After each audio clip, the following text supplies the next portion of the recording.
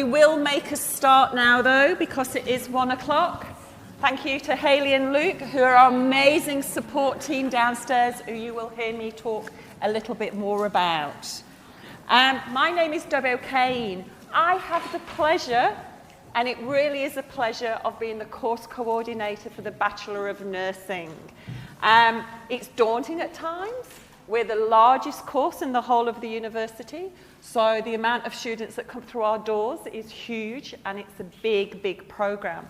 But in saying that, it means that you've got lots of people who are around to support you, because we know it's a big program.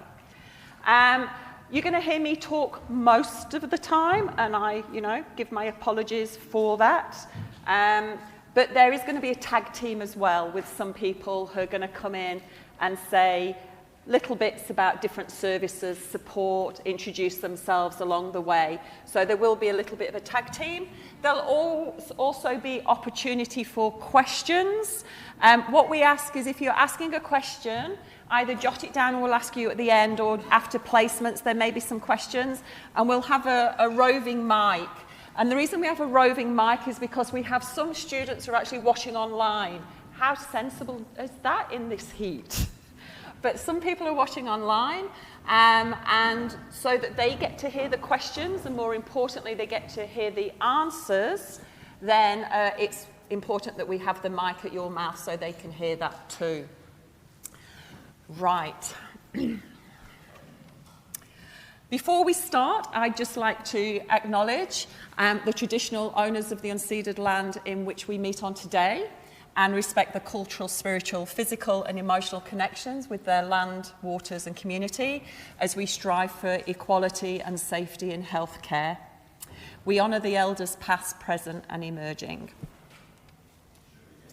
Get your essentials sorted. I'm going to talk to you about your essentials as students. Now, I'm hoping that you're all in the right place. Are you all in the graduate entry Bachelor of Nursing? Yes? Anybody in the wrong place dare put their hand up? No, I should be in archaeology or chemistry? No? Good. We're off to a good start. Before we start looking at the essentials you need to get sorted though, I need to give you some essential information, which is toilets. If you need the toilet, you don't have to put your hand up and ask. Just take yourself out of the room. We actually have a disabled toilet, which is on this floor. As you turn here, turn left, go straight forward. But we also have toilets on the second floor. So you sort of do an S shape. You go left, then you go right, and then you'll see some steps that go down. Go down one flight to the second floor. Men's are on your left, ladies a bit further round on your right. And if you hear the fire alarms, Flinders has a really good system with the fire alarms. Instead of all going, panic, what do I do? They actually tell you what to do. So normally it's an intermittent sound. And when you hear that sound, what happens is the voice will say, please remain where you are, be prepared to leave. They're going to investigate the situation. Then they come back and say, evacuate, evacuate, or no, all's good. If we do have to evacuate, then follow, not me. No, you can follow me. We'll take you out the exit here on the third floor and meet on the lawned area outside. So that's my essentials out the way. Now for your essentials. Who's already been organised and got their Okta set up, their email set up, their password set up? Yay, hands up. Ooh. Most people, well done. For those who haven't, don't worry, you still have until the weekend to do it. I would be advising you do it as soon as possible though, because if you set it up, it means that you can then start exploring that site and having a look what's on it. Some important information when you're setting it up. You will have an email address that you're known as then. So it's usually the first letters of your family name followed by 4 numbers. If you need to contact anybody at the university, please use that email address. And the reason I say that is because if you use Gmail, Hotmail, Telstra, Optus email addresses, they often go to our junk mail. And also it means that we can't always track what's happening with you, and we like to be able to track our students so we can keep up to date with people. We know that if you're using that email, you are far more likely to get a response from us. So please, in all correspondence, use your Flinders email address and also identify who you are. It sounds silly, but I've said that we're the biggest course in the university. I have students who email me who will say, Deb, I can't make today's class. Can you let my tutor know? I go, and you are who? Who's your tutor? What class you're in? What day are you doing? So if you actually identify yourself by your ID number, if you're sending it to a topic coordinator, let them know what topic it is, what class you're in. The more identifying features you give us makes it easier for us to then respond and know what you're asking for. So if you have any difficulties with it, downstairs, which have the wonderful people like Luke and Hayley, downstairs in our main administration building, we call it our college office, they have some amazing support staff who can help you with that.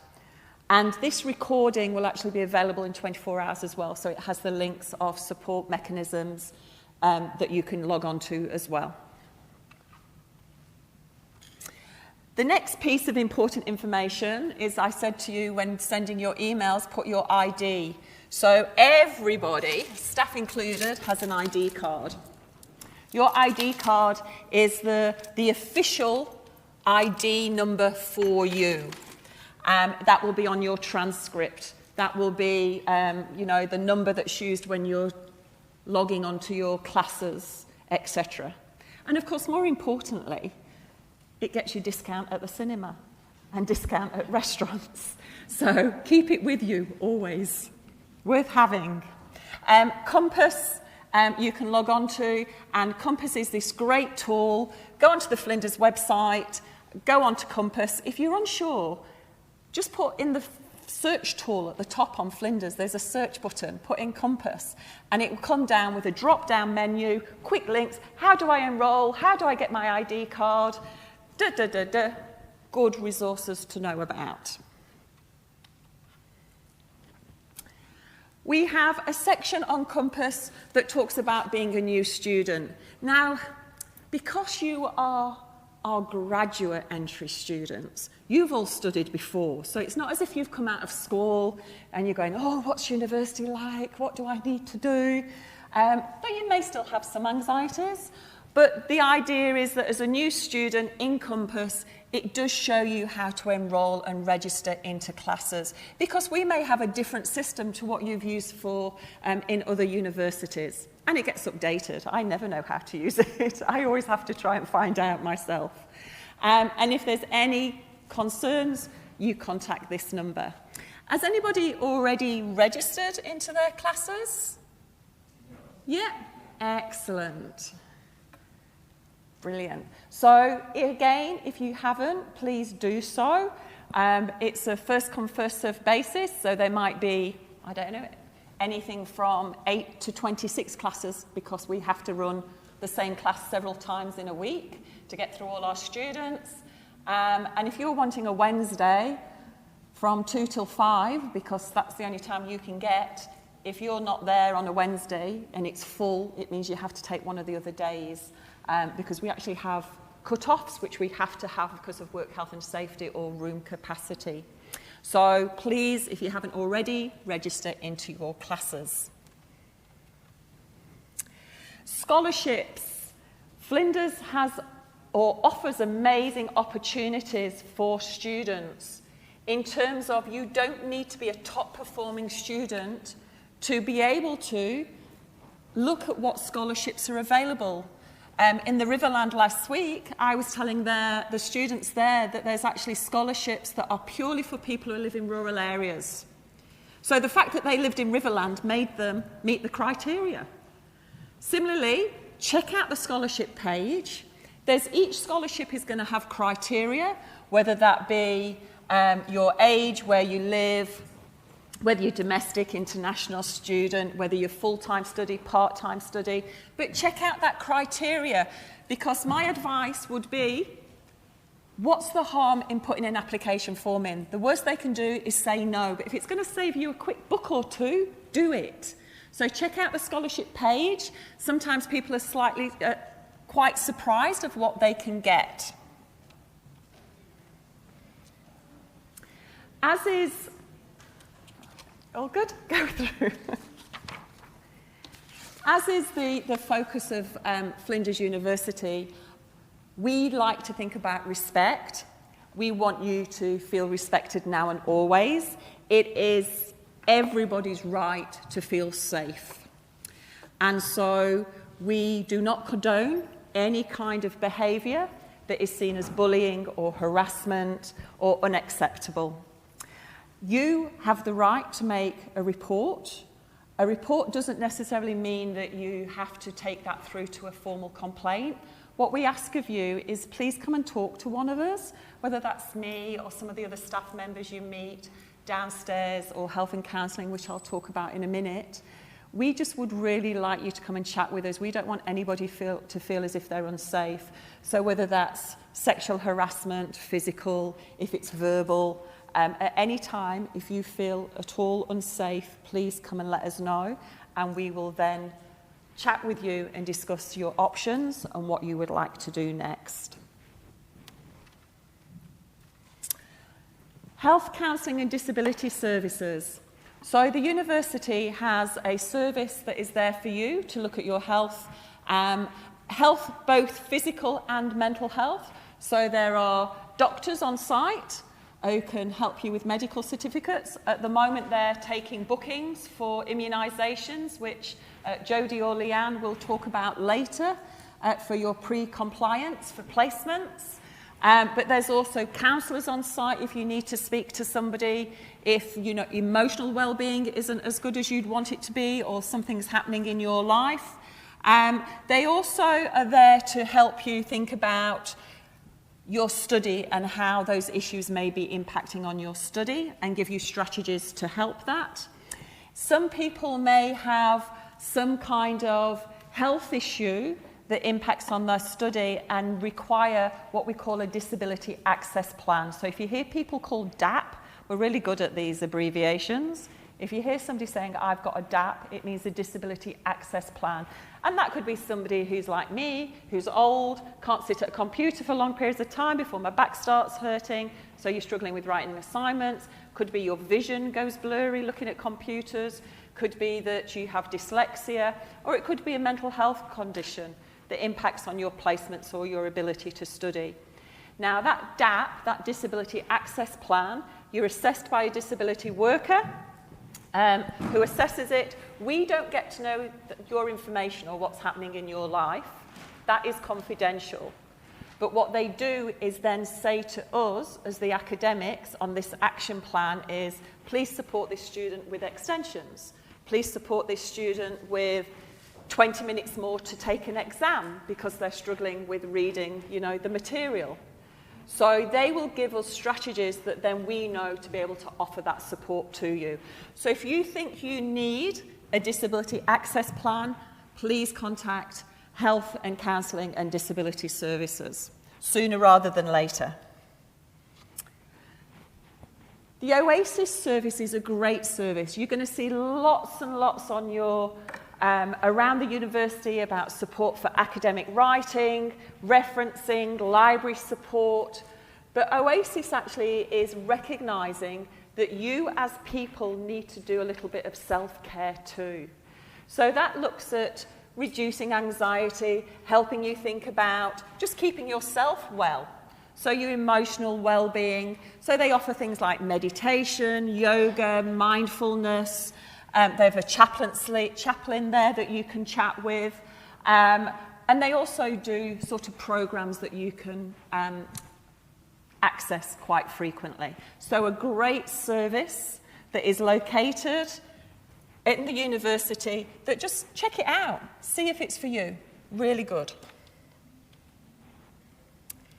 There are lots of other services around. We are a university with a diverse population, which is brilliant. We love that. That diversity brings rich conversation, it brings rich learning to all of us. But we also need to respect people's differences. So whether, it's language, culture, things that are happening in your lifespan, maybe you've had a baby, we've got breastfeeding rooms, prayer rooms, conversation groups, we have a pride network, some great things. You will get out of the university what you put into it. It's as simple as that. But there are lots of things there for you to tap into. I think last one before we get somebody else to chat for a little bit. This is a new service, and it's called Unify. And what we've realised is, we've always known it, but I think now we're taking more proactive strategies towards it, is the students who are successful are those ones who connect with each other. Rather than turning up into class, putting your head down, keeping yourself to yourself, scribbling your notes, leaving and going home, we're finding that peer support with each other, connecting with other students, with their peers, is good and actually enables more success for our students. So the Unify programme is something that's commenced this year and is for students in the O week and the first week of semester, next week, where you can actually go and book in to meet with other students who are in exactly the same position as you are.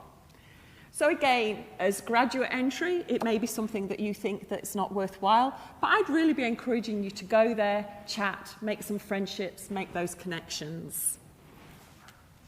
And we have Mahin now, who's going to come and speak to you a little bit about the support from International Student Services. Do you want one of these? There you go. Okay, thank you. Thanks, Deb. Hello, everyone. Hello. So I'm Mahin, and I'm working with the support wing of Flinders International, which is the International Student Services team. Can I quickly see how many of international students are here today? Wow, fantastic. Welcome. Welcome to Flinders family, the Flinders International family as well. So quickly, I would mention what do we do for our international student. We provide different type of orientation, information. I know you are attending one of the orientation sessions, but it's mainly the course specific, where they talk about what's the requirement and some other support services available. But while you are here on a student visa, there are some specific needs, such as what's the student visa condition, what's the full-time load, how many topics you can do online as a online study on top of your face-to-face study. So all these questions are answered actually in the form of our International Student Orientation, which we call FISO. And you can access these FISO modules through ISS Flow site. How many of you have actually accessed the FISO module? Only one. Okay, no, few. One. I see a few hands. That's good, that's good. Those who haven't, please go through the ISS Flow module. We know that there will be lots of questions. Even if you complete the modules, you might have still some queries about your particular situation, which is why we also held information session. So every week, Monday, we have one information session that you can attend online or you can come in person, and all of them are actually in the Bedford Park campus. So check your email. The next one is Monday again. So if you have any question, feel free to come, have a chat with us face to face, and ask whatever question you have in your mind in terms of your visa or other conditions. We do have a welcome event to give you a warm welcome tomorrow. How many of you have registered already? Okay, there will be lots of things happening, including free henna, food, of course, barbecue, some dance performance from some of our clubs. So those who haven't, you can use the QR code to register now. I hope to see some of you tomorrow. And also the next thing, we provide individualized surveys. So we understand we are going through a lot of adjustment here, not only academic adjustment, but your family is away in your home country, you are here, so there's a lot of things going on. So there will be time you will be a little bit down, and you can have a chat with us about particular situation. We can talk about different options that may be available based on your situation, and of course within the university policy and guideline. And whatever option you choose, we will help you through the process. So if you have any issue, no matter how small it is, come and have a chat with us at ISS. Provide guidance, information, organize activities, tour. So one part is also helping you integrating with South Australian life. So yes, you are here, you need to adjust to the academic system, but you also need to adjust with the whole environment. So we will offer different tour activity. I know some of my colleagues already planning about some footy and barbecue in April, but you will get all the information through email. It's not only the food and the program, it's more a platform for you to meet other students. So here you are only meeting all the students who are is Bachelor of Nursing grad entry, yes, or grad certificate? Yeah, graduate entry. But when you come to those events, you actually meet someone from marine biology or biotech or someone doing social work. So you get an opportunity to meet new people, build friendship, and remember, you all need to support each other, okay? Am I right in thinking that there's a trip to Victor Harbour as well? Yes, and the trip to Victor Harbour is happening on Saturday. Yay. So anyone interested to see the wonderful beach, yes, there will be more happening of course, you will get email if you want to see the koala, if you want to touch the koala, hug the koala, take pictures, send back selfie home to make everyone jealous. Yes, there will be a lot of opportunity. So yeah, the next one quickly, IS letters. So if you need a letter to confirm, yes, you are studying as an international student at Flinders, we can issue those letters free of charge, but you need to request through our online form. Or let's say when you complete your study, if you need a completion letter for whatever visa purpose, like post-study work right or other things, we can prepare the completion letter for you as well. Volunteering program. We do run actually excellent volunteering program. At the moment we are finalizing the programs for this year, but you will hear very soon through email about our mentoring program, so where we can buddy up with you with one of the continuing students at Flinders, so you can ask all the questions that you have throughout your study. So if you are interested, keep your eyes open, look at the email. Mentoring is one good way. There is also another program we're going to be running is FISAP, that's Flinders International Student as partners. So we would like to work with you to understand your need and organize program and activities based on your need. And you get the opportunity to work with ISS as well as a volunteer. So yes, if anyone would be interested to be a volunteer, look for the email. And the last one, connect you with other support services. We don't have a magic wand to sort everything. So sometimes we will run out of option as well, but that's all right. We will refer you to the expert. So if we can't find a solution or the support that you need, we will connect you with other professionals who can help you. So again, come to us, say hello. If you need any support, ISS is there to support you. Okay, again, once again, welcome, and I would like to really see some of you tomorrow. Okay, thank you. Thank you, Mary. And if it's a bit overwhelming because you're going to get so much information today, a really important service, but if you forget where ISS is, then again, go downstairs. Support services downstairs will be able to let you know. We actually get on now to my favourite bit. I'm hoping that you've realised help is available. You're going to keep getting that message over and over. We're here to help you, support you.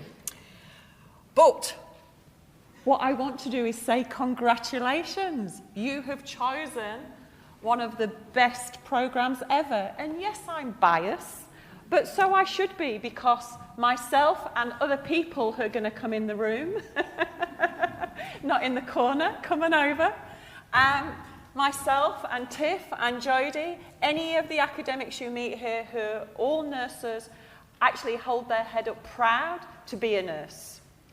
It's going to offer you so much opportunity for your career.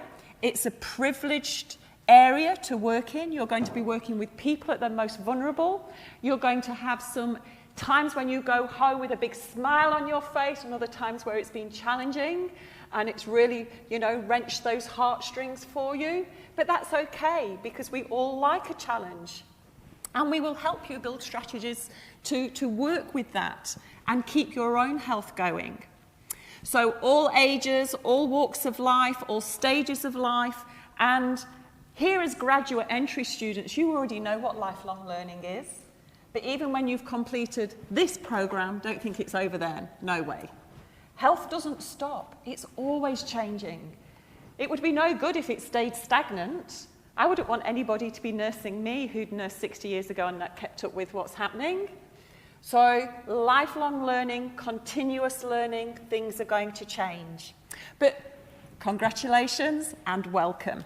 So now a bit more information about the course. Tiff, would you like to introduce the main panel, since you're in the middle there somewhere? No, there's no video this year. It was for COVID last year. There you go. Hello, my name's Tiffany Conroy. I'm Professor of Nursing here, and absolutely delighted that you're here at Flinders, and really excited that you've decided, made a really conscious decision that nursing is for you. We're very, very pleased to have you here, and like I said, I expect to be very proud of all of you in a couple of years when you're graduating. I will introduce the first person on that list. I wish she was here because we're almost like twins, really. She's about 6 foot and and speaks in a beautiful Irish accent, so we're nothing like each other. So that is Professor Alison Kitson. She's the head of our college. Now, our college, you might notice, is called the College of Nursing and Health Sciences. So there are actually 14 different health disciplines in our college. Nursing by far the most important in my view, but that's not necessarily the view of the others. And Alison's a nurse. So we have things like physiotherapy, optometry, audiology, occupational therapy, a whole lot. I won't go through them all. But that also gives you a great opportunity too, because we do try and encourage interprofessional learning. But the other great thing about our college is that our boss, Alison Kitson, she's a nurse. So that's good for us, all right, and it means that nursing, from my perspective, gets the profile that it deserves, so that's very reassuring. I've introduced myself, so you don't need to know about me. The third person on the list there is Pauline Hill, Associate Professor Pauline Hill. Now, Pauline used to be in Deb's role, and she's now moved into a position which is called Teaching Program Director. Now, you probably won't come across Pauline, but she is there for you as a resource in the event that you're struggling with perhaps some grades, or there's been some problems with some of the things that you've submitted, or you're not sure about a decision that's been made.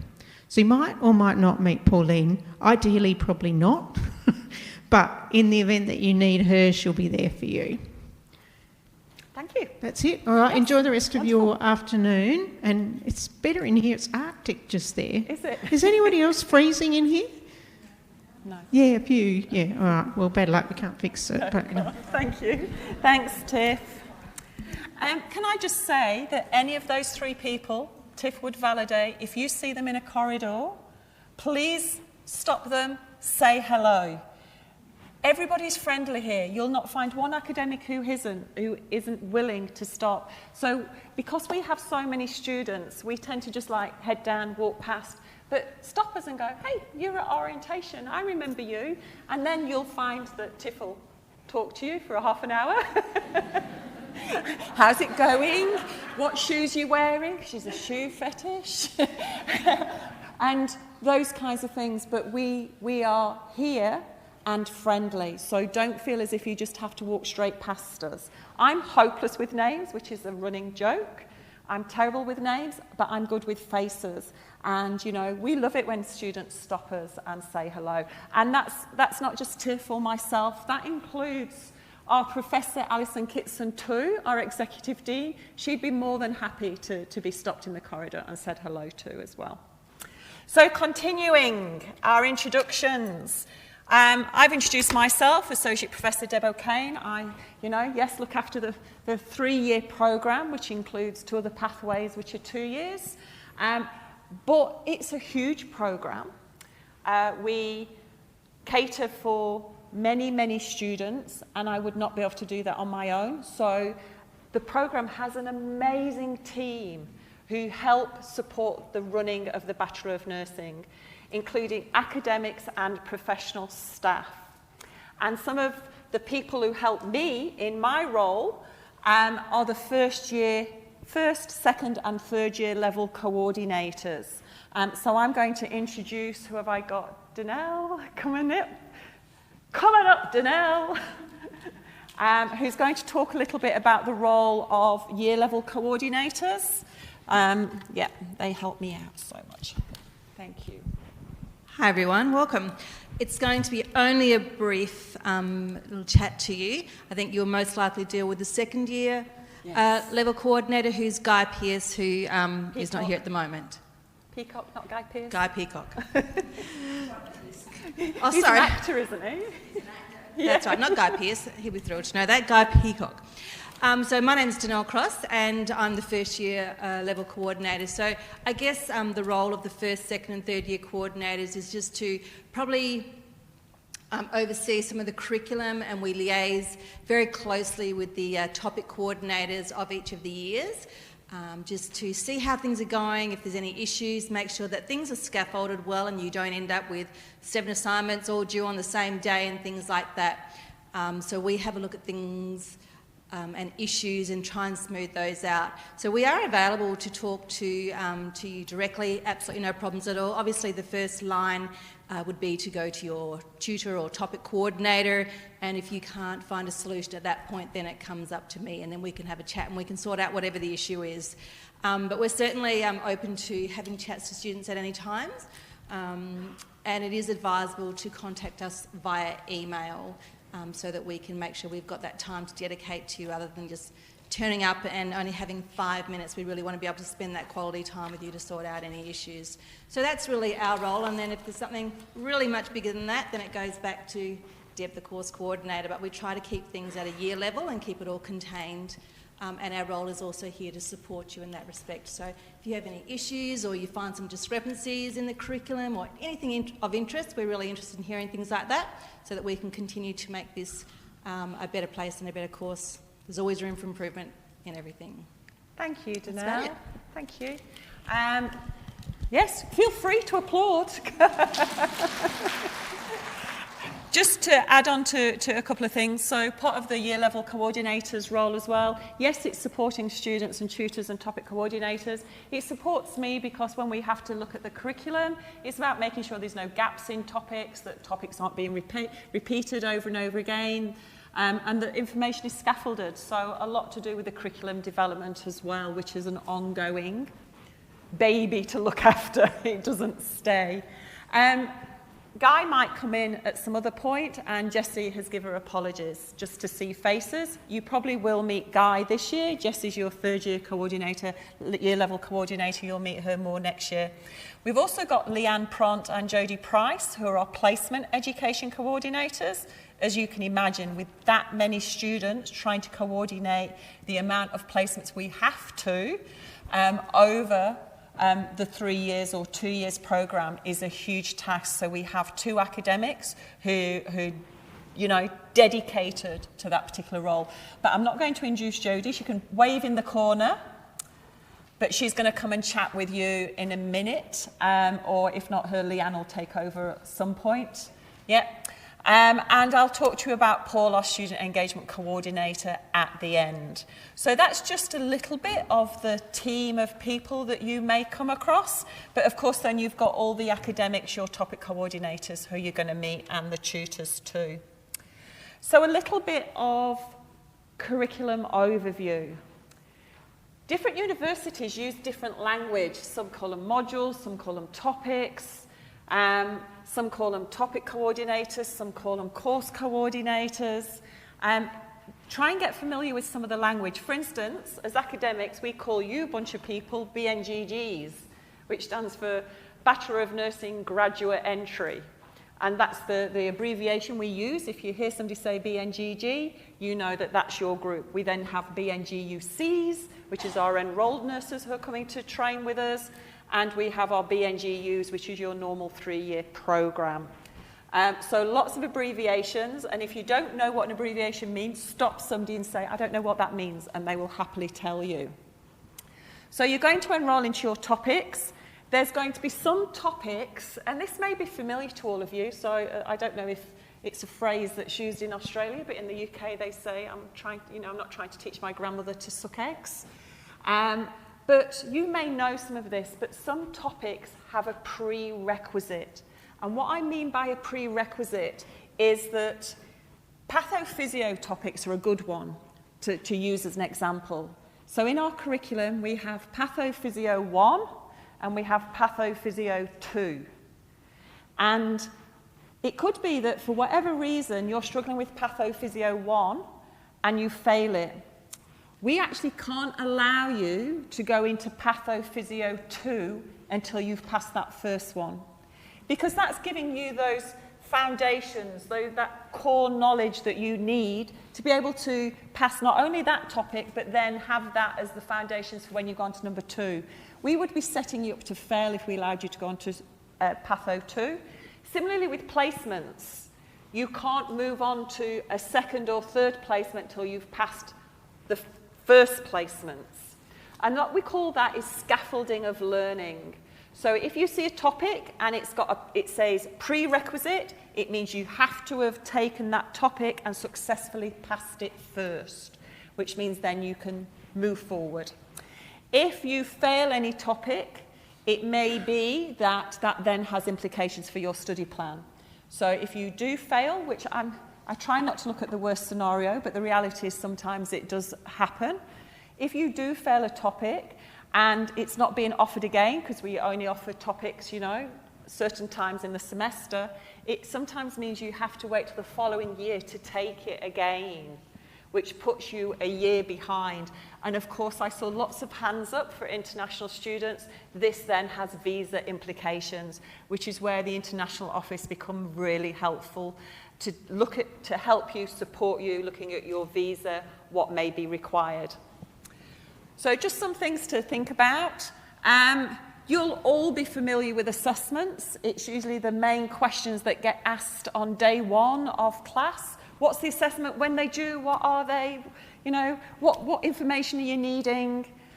There is an expectation as adult learners that you find your submission dates. They're already there on your Flow site. If you haven't been onto your Flow site, when I say Flow, I mean Flinders Learning Online, which is you will see on Okta. Does everybody know what I mean when I say Okta? You've had access? Yes, hands up. Excellent, brilliant. So on your Okta site, you will access Flinders Learning Online. You will have your topics there. Every one of your topics will have your assessment submission dates and information about your assessment. If there are any changes at all, you will get an email or an announcement to let you know what those changes are, so that we're keeping it transparent, up to date all the time. You have, dare I say, a difficult job, because as graduate entries, you are actually taking a 3-year degree in 2 years. Now, we do have an expectation that you will come with some knowledge, hopefully, I'm crossing my fingers, some knowledge of anatomy and physiology. We don't normally allow entry into this course until you've done a short course or shown us that you've got evidence of anatomy and physiology, because you would be on the back foot the whole time. But what's happening in your 2-year course is in some of your topics, you have information that the people who are doing 3 years, it might take 2 topics for them to do. Yours is going to be condensed into 1 topic. So you have a lot of information to take on board, assimilate, and then be able to use going forward. So usually in 3-year program, in the first year we look at the fundamentals of care, the core skills that a student needs, communication, anatomy and physiology, Indigenous healthcare, what else? Their first placement, health assessment, those kinds of things. You're coming in at the second year, so we have to get some of those topics and condense them into the other topics that our second years are now doing. Does that make sense? Yeah? So you're doing 3 years, squishing it all up into 2. So be prepared. It's going to be hard work, but it's going to be rewarding in the end. That's the thing that's going to keep you going. But basically, what I want you to think about is, what does it take to be a good nurse?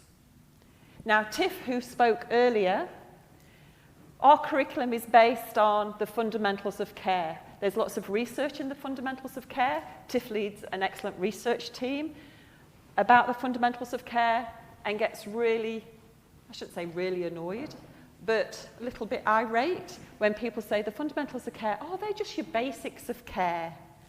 No, they're not. They're your core skills. I don't know what areas you've come from. It could be from science, engineering, archaeology, social work.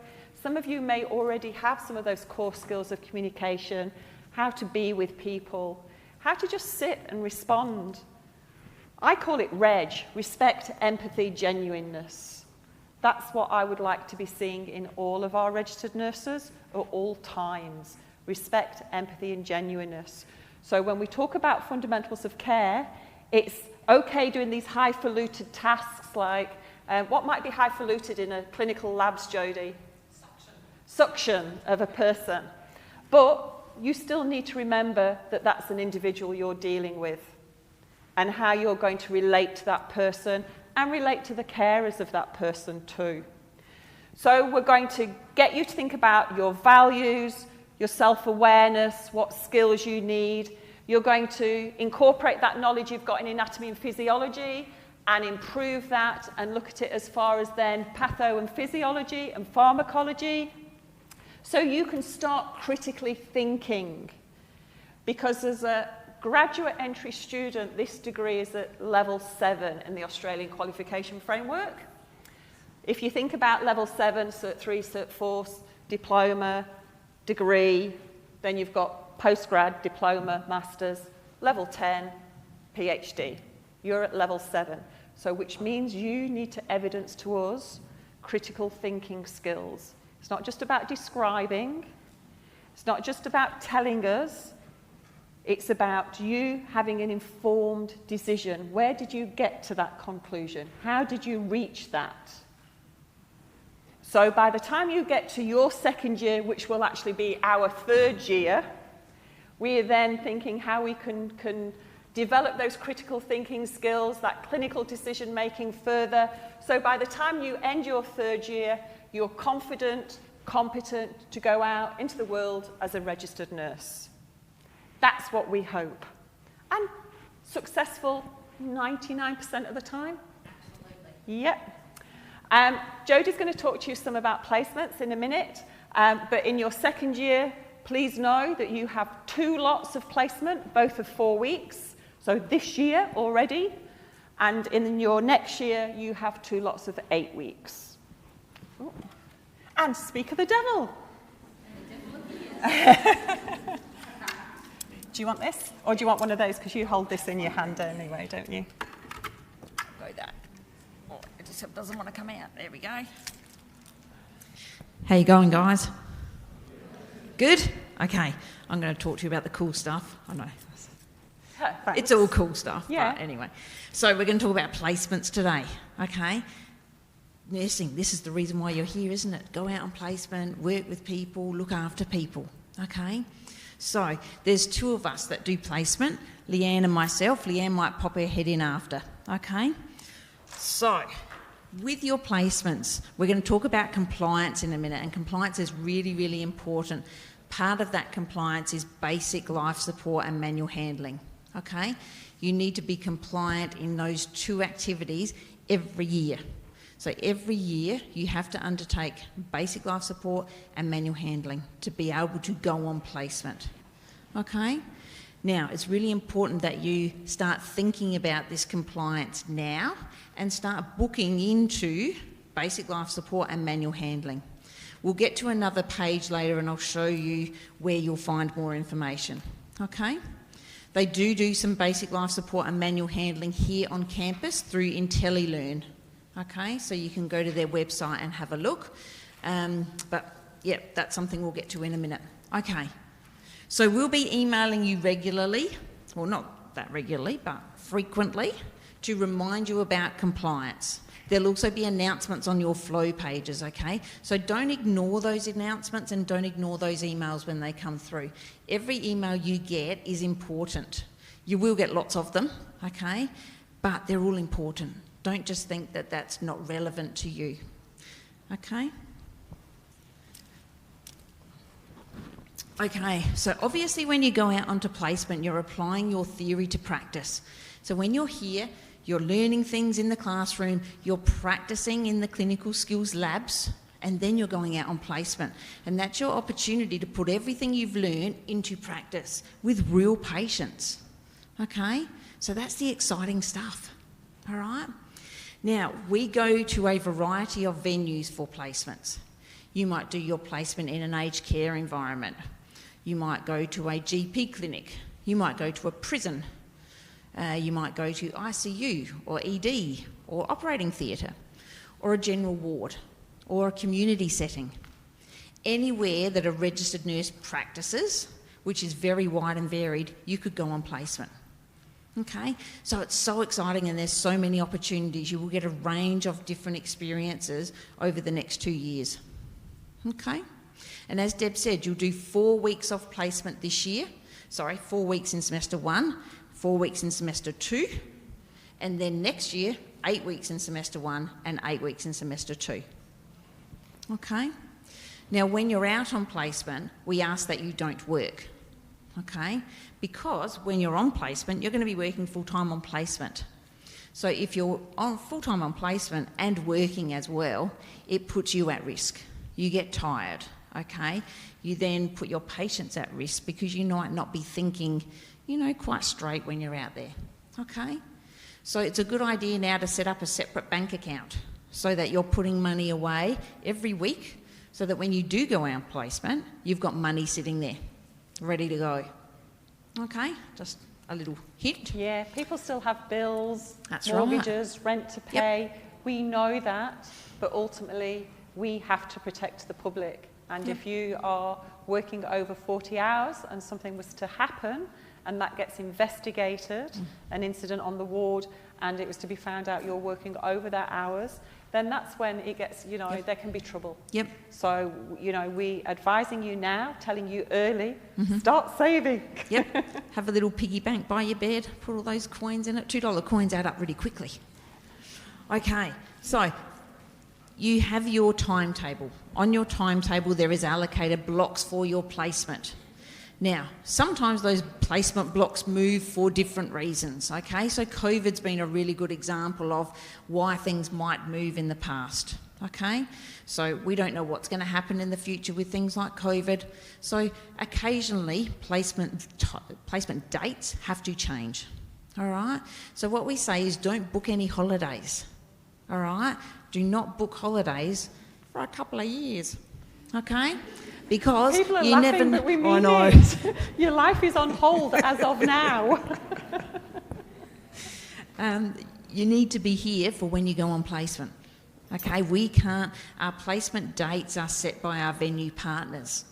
All right, we can't go to the Royal Adelaide and say, can you just do this placement 1 week earlier for this student because they're going away? We can't do that. Okay, so we have to abide by the dates that they give us. All right. So yeah, that's one thing not to do. When you're doing your placements over the next 2 years, one of those placements, at least one, will be in a rural setting. Okay, so you can expect to go to a country placement at some point, either this year or next year. And that's really exciting because a rural environment is so different to a metropolitan hospital. So metropolitan hospital like Flinders Medical Centre, big hospital, very different from a small rural hospital in Cooper Pedy. okay? So many more different experiences that you can get out there in the rural sector. Fantastic opportunities, okay? You do have the option of self-selecting for rural placement. So emails will come out for a rural self-select, and you can have the opportunity of looking at that list and saying, yeah, I'd love to go to Whyalla on placement, or I'd love to go to Kangaroo Island or something like that. Yes, please. Okay? Yeah, I would too, actually. Take me with you. So, yeah, those opportunities come up. First in, first served. All right? So when you see those emails come out, jump on them, have a look at what you think you might be interested in, and put in an expression of interest. Okay? So you can expect to do a rural placement at some point in the next 2 years. Okay? Now, when you are on placement, it will be full-time. So you're on placement full-time, as I said before. Okay? That includes working a 7-day roster. So as nurses, yes, I know, I can see some shocked looks there. As nurses for the rest of your, I was going to say the rest of your life, but you know, you might change careers later on. You're going to be working shift work. You're going to be working 7 days a week. Okay? The time to get used to that is now. All right? So you're going to be working over a 7-day roster, as long as the venue can support you. Some venues can't support a 7-day roster for staffing reasons, or if you went to a GP clinic, they're not open on the weekends. Okay? So as long as they can support you working a 7-day roster, you will be expected to work that 7-day roster. And don't we all just love a late shift, early shift the next day? Finishing at 10 o'clock and being there bright and breezy at 6:30 the next morning. That was the next part of my conversation. So, yeah, not only 7 days a week, but 3 shifts in that 24-hour period. Okay? Earlies, lates, and night duty. Okay? Night duty's so much fun. Isn't it? I love night duty. She said, night duty's with a smile great. on her face. Some people love night duty. Okay? For some people, it really, really suits them very well. So, you'll be expected to do 7 days a week and 3 shifts. Okay? So that will include a combination of earlies, lates, and nights. And you might have a late shift one day and finish at 10 o'clock at night, and then the next day have to be there at 6 o'clock in the morning or 7 o'clock in the morning. Okay? So there are those really quick turnaround shift times. Okay? So you can expect that to be coming when you go on placement. All right, we've covered everything we want to say there. Public holidays as well. Okay? Because as a nurse, I know. As a nurse, you are going to be working public holidays. Welcome to nursing. Yes. You're going to be working Christmas Day, all that sort of thing. Okay? Not as a student on Christmas Day. Okay? We don't have placements over that time slot usually. All right? But as a registered nurse, you're going to be working Christmas Day. But that's where the big dollars are too, Christmas Day. Oh, good yes, penalty public rates. holiday money. Absolutely. Think of that cash. Yep, absolutely. I always used to work Christmas Eve night duty, so you got that Christmas Day penalty rate in the morning, but you could still enjoy your Christmas. So that's one thing to think about moving forward when you're a registered nurse out there and have to request your roster for Christmas. Okay. Did you talk about a car? Oh, I did not talk about the car down the bottom. It's in bright yellow and I still missed it. Okay, really important that you have a driver's licence and that you have access to a car. The reason for that is sometimes we put you into venues and it might be difficult for you to get there by bus, okay? And the shifts finish at 10:30 at night. Some shifts finish at 11:15 at night. Public transport is really difficult at that time of morning.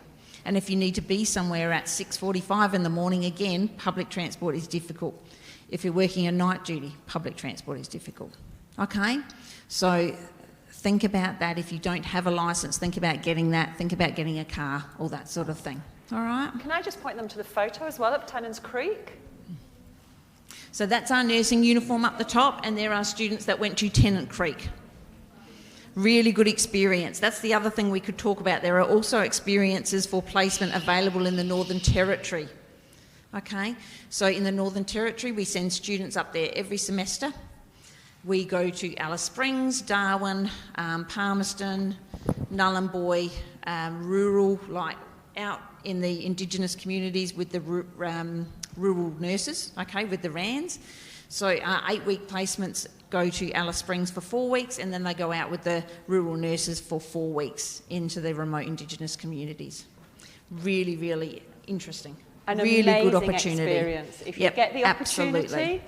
and you put in an expression of interest, those expressions of interest get reviewed. There is some criteria that the Northern Territory put onto it, but they get reviewed, and a group of students go up there every year. Every semester. Yeah, every semester go up there. I've been and visited students up there, but I can hand on heart tell you that not one student has ever come back and said, oh, that was terrible. They come back and they are just full of life, and they're like, it was amazing. We got to see all sorts of different things we would never have seen in Adelaide. We worked with all different kinds of people, First Nation people. We talk about the diversity of healthcare and the inequality of healthcare, and you get to see it with your own eyes in the Northern Territory.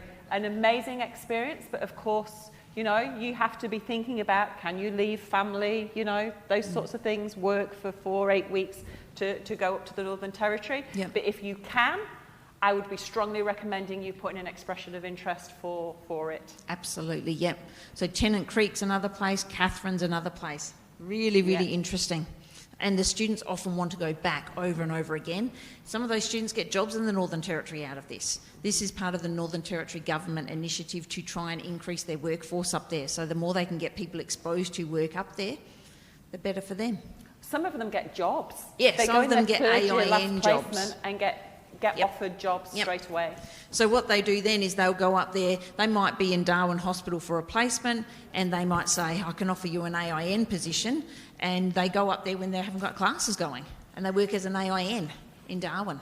Assistant in nursing, AIN. I should have explained that, yes. So like, just an assistant, say underneath an enrolled nurse.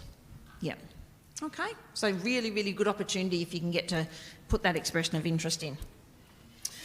Okay, so we talked a little bit about compliance before. I'm going to go to a website for you, and I want this to be bookmarked on your computers.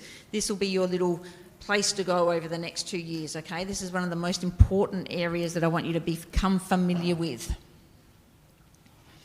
Lost my mouse. Oops, no, didn't want that. Didn't want that either. We want that. Okay. I'll do it. You just talk. I'll do it. So this is the undergraduate nursing website that we need you to become familiar with, okay? So much information on this page. You need to know every single part of this page, okay? So the first thing you need to look at, there's 3 yellow squares down here. The first one is the nursing placement calendar. And what this shows you is you've got your topic down the side here, okay, and then you've got the availability. Tells you your compliance deadline. Your compliance deadline is the date that all of your compliance documents must be in place on before that date, okay? If you don't have your documents uploaded to InPlace, and I'll talk to you about what InPlace is in a minute, before that date or on that date, you won't get a placement, okay? And you need to have a placement for your topic. If you don't get a placement, you don't pass your topic, you fail the topic, then you have to, you're delayed by a year, okay? So these compliance documents are so important, all right? What I want you to do tonight when you go home, it's too hot to do anything else, so just go home, sit in front of the air conditioner, have a look at this website.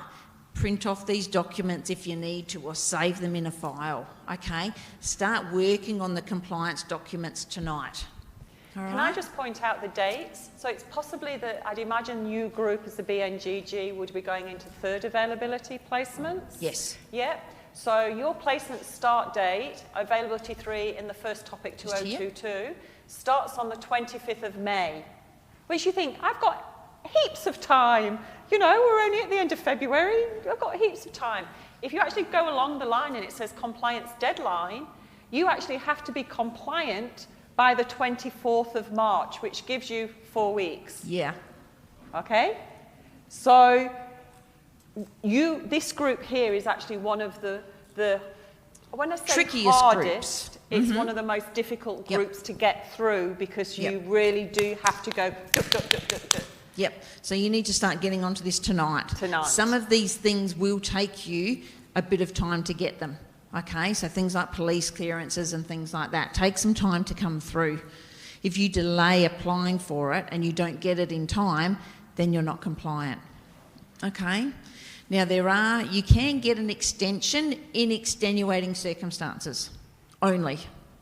Okay, so if you have extenuating circumstances, then you contact us and say, look, for this reason, I haven't been able to get my compliance, and we talk to you about that and see what we can do.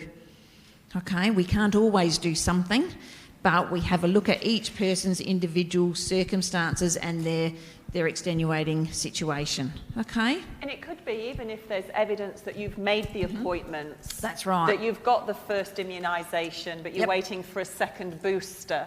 That we will accept some of those for individuals. We're not totally, no, you can't go. That's right. But we will try our best to get you done for March. But you need to realise that as of today, you need to be going and starting these things immediately. That's right. Because this is your responsibility. If you don't do it, we can't offer you a placement, and there's nothing we can do about that.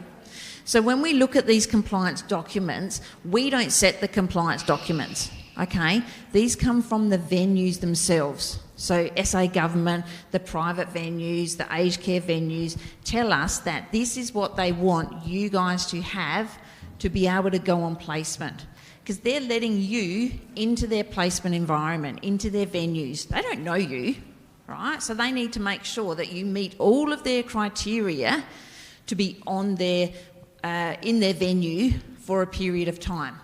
Okay? So they're not set by us, they're set by the venue. We have no control over it. What we do have control over is telling you guys to get compliant as soon as possible, okay, and by those dates, because then we inform the venues that this person is coming to your venue, they are compliant, okay? Now, sometimes the venues have specific requirements for their compliance as well, and they will ask you to send them documents too. So you'll need to send them documents by a certain date. You'll get an email from them. You'll need to send them by a certain date as well. Otherwise, they won't want you coming to their venue. Okay, so it's really important that you're monitoring emails. You get compliant. We can then allocate you a placement, and you monitor emails all the time in case you're somewhere that requires additional compliance, or they want you to send it to them. Okay? It's a lot of information, and you've got more to come yet. It is a lot. And that's why I say have a look at this website. This website is fantastic. Everything is on there.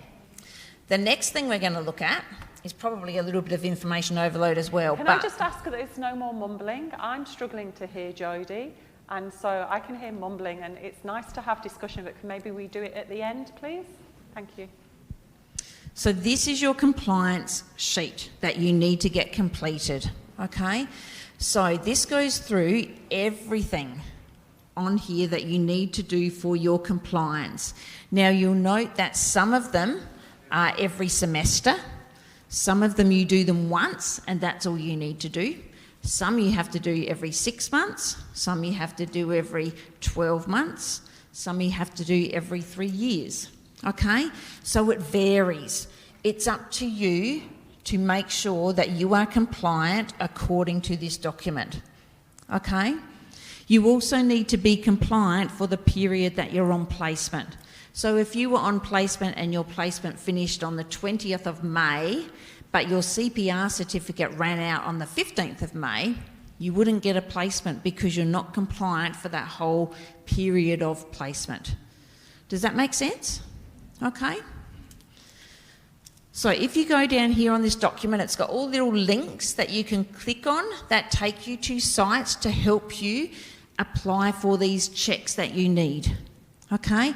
You need to start doing that tonight. So if we finish at 3:30, jump on at 4 o'clock. Give yourself a little bit of time to get home and cool down, and then jump on and start doing it. Okay? And it does cost money. Your DHS clearances cost money, but if you do all of them as one package, it's cheaper. Yes. Am I right? That's right. I believe so. Yeah. So worth doing all in one go if you can. Yeah. Okay. So there's things like your immunisation certificate. So you have to print off a special certificate for your immunisation, which is on the site, and your doctor will complete that. So you take evidence of your immunisations, they'll transfer that to the other document, you then upload that document into InPlace. All right? But these things take time.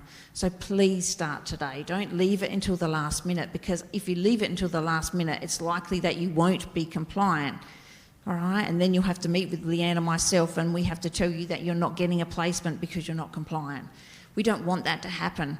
So the sooner you start, the better off you'll be. Okay? And I can't reiterate how important that is. Okay? Some of these things are really, really easy to do. They're online certificates. They're little short online courses. Hand hygiene, electronic medical records. Okay? They're really easy. You can jump on and do them tonight easily. Okay? And then you've ticked a few things off. So print off that sheet. As you do them, tick them off. Okay? All right, we'll just go to the next one. Another thing you need to be thinking about too as part of compliance is mask fit test.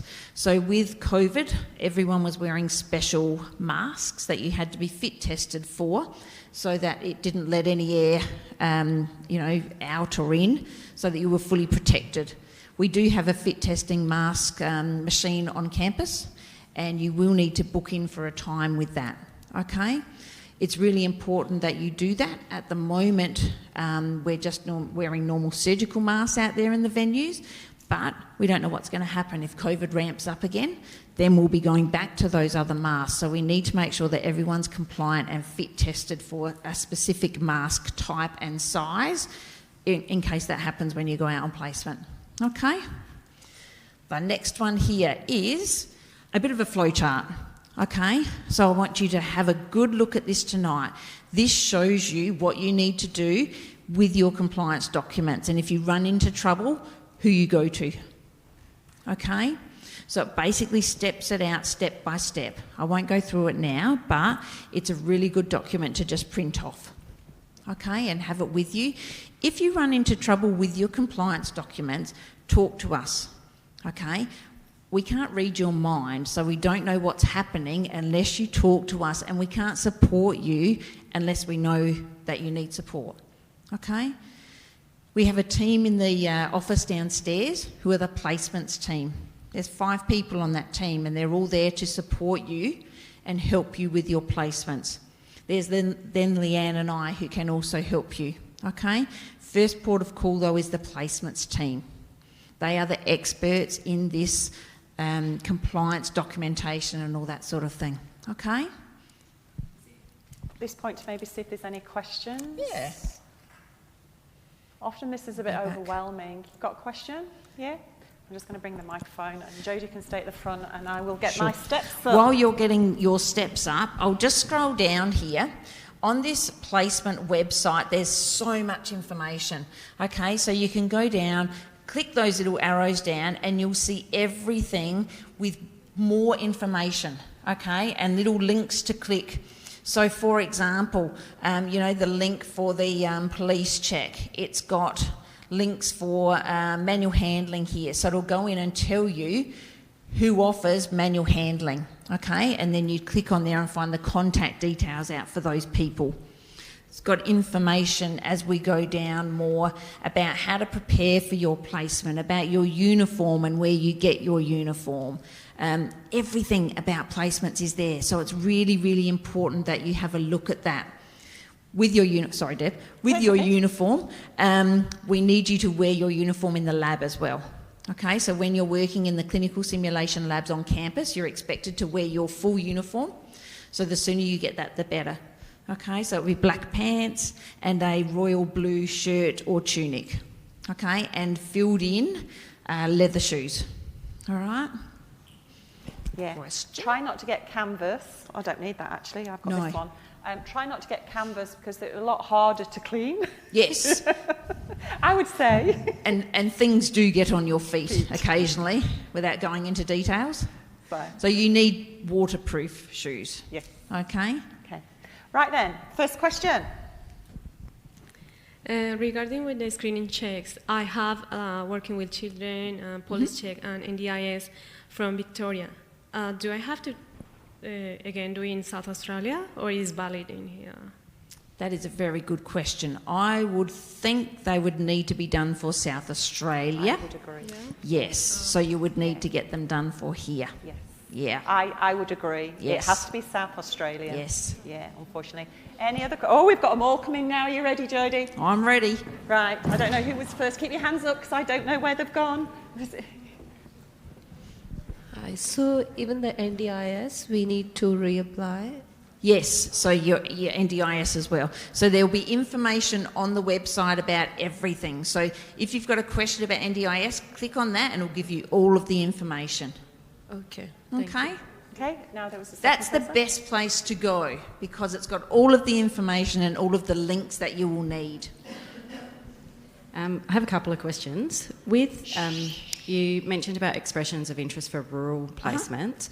With the metro placements, do we have any input with where we are or what units we... You can let us know if you particularly want to go to an area and we will do our best. Yeah. But we're limited to what the venues offer us. So as an example, some of our third years in this current block coming up might have wanted to go to paediatrics. We weren't offered any paediatric placements. Yeah, okay. So you can't go to paediatrics if we haven't got any placements. And so so- it depends what we get offered. We'll do our best. Yeah. And who do we get in touch with? You could just let the placements team know that you've got an interest in this particular area and they'll note that on your file. And like I said, we'll do our best. Yeah. And we also have to know it's competitive. There's some Very. areas Yep. like ICU, Yep. emergency department, that every student wants to do. That's right. And so, of course, with that competition, with the amount of students that we have, we can't say yes to everybody. So you will have an acute placement, but it may not be in ED or ICU. So it doesn't Yep. stop you asking for it, requesting it, so we've got that, but we can't guarantee it because of the competition Yeah. and the amount of students that we have to send out each time. Yeah. So, Yeah. Just another question. As far as like uploading and submitting the documents on InPlace, I've had a bit of a look at that. Yep. What's the kind of time frame for them to be verified and know that... Fairly quickly. Okay. It depends on the workload of the team as well, but fairly quickly. If you have any concerns, though, if you've uploaded something and you're not sure if it's correct or it hasn't been verified, just send them a follow-up email. Yeah. Okay. Thanks. Yep, and thank you. actually you're in a good position because as second years, our second years and going through, they've had to do their pre-compliance already. Yep. So the placement team are dealing with those now. So by the time, and the first years aren't going out on placement till second semester, which means that the next month or so is easier for this group, isn't it? Hopefully. Hopefully. They'll Cross be fingers. placing students in venues, so Yeah. they'll have different things they're doing. The placement team's always busy. Yeah, Placements that's is true. always busy. Yeah. So, Yeah. Now, did I see anybody else? Is that a... That was I think that was an itch, not a hand up. Nobody else? It's a bit like when you're at an auction there and we you don't go. want to itch. I'm there. Oh, I'll run, come run. back in a minute. I have to do I might go priority. to the next slide yeah, you go to the quickly. next slide. Keep hands up, where was it? There you go. Quick question for you. Yes. I've just started working as a carer. Yes. So I think lots of documents, Yep. whatever we need for the nursing, I had which is 6 month or 8 month old. So can I use that document for this? As long as it meets our requirements, Yeah. okay? Like for example, the certificate for hand washing, Yeah, as And, long as it meets our requirements. So you need to go onto the site and have a look at our requirements Okay. for hand washing. Yeah. They may be different to your workplace venue. Okay. Okay, so we Yeah. require a specific one that may be different to your workplace. So I think if if it there's is different, you'll need to do it again. And if there's any confusion, I think we can come and see you, yeah? You Right. can see the placement Yep. team downstairs. Awesome. Okay. Thank you. Yeah. So some of these places that offer training, there's so many jobs like carers, disability support workers, people who work in aged care. They often offer training in hand washing, hygiene, but it doesn't meet our criteria that we need That's you to right. have as nurses. Yep. And so that's why Jodie's saying you have to get that checked out. So make sure that it meets our criteria and make sure that you've got the evidence of it as well, because it's the evidence we need to be uploaded to make sure that you can tick the box and we can send you out on placement. Going to that placement site is really important because that will give you exactly the information that you need. Okay? Another question here. Hi, I was just trying to know about placements. Would you liaise with someone who has family like kids and you know, when you're on placement, obviously you won't be working and your partner might be working. So would you be able to accommodate, say, closer venues for placements? You can talk to us about that at the time if you've got extenuating circumstances, okay? So if you get placed somewhere and you have extenuating circumstances that will prevent you from going to that venue, you need to contact us and then we'll work with you as an individual, okay, and look at your situation. Okay? We'll do what we can, okay? No, there was somebody back Someone here up the again, back? wasn't there? No, I think it was at the front. So while Deb's walking around, the most important thing I don't know if it's the most, it is the most important thing I'm going to say, is you need to make sure you meet compliance, because if you don't meet compliance, you will not get a placement. Okay? So important. And this is Leanne that's just walked in here now, and she will also say the same thing. Okay? So, when are you going to start? When did I say you're going to start? This afternoon, about 4 o'clock? 4 o'clock this afternoon they're starting. Yesterday, well, 4 o'clock this afternoon. This is the group that have to do it yesterday, Yes, Leanne. yes. It's really, really important you guys get stuck into it straight away. Did we have another question? I don't think there was. I think we're done. Can I just check? Sure. Can I just bring the microphone, sir? I'll go to the next slide while you're getting that question. Is the location of placement limited to the Northern Territories and South Australia exclusively? Yes, they are. Yes. At this stage. Yes. Yep. And that's because other universities in other states have their own students they often have to get through as well. But we are lucky that we do have that option for Northern Territory placements, and it's a fantastic opportunity for you guys, and I would highly recommend you apply and put in that expression of interest if you're interested in going there. Okay?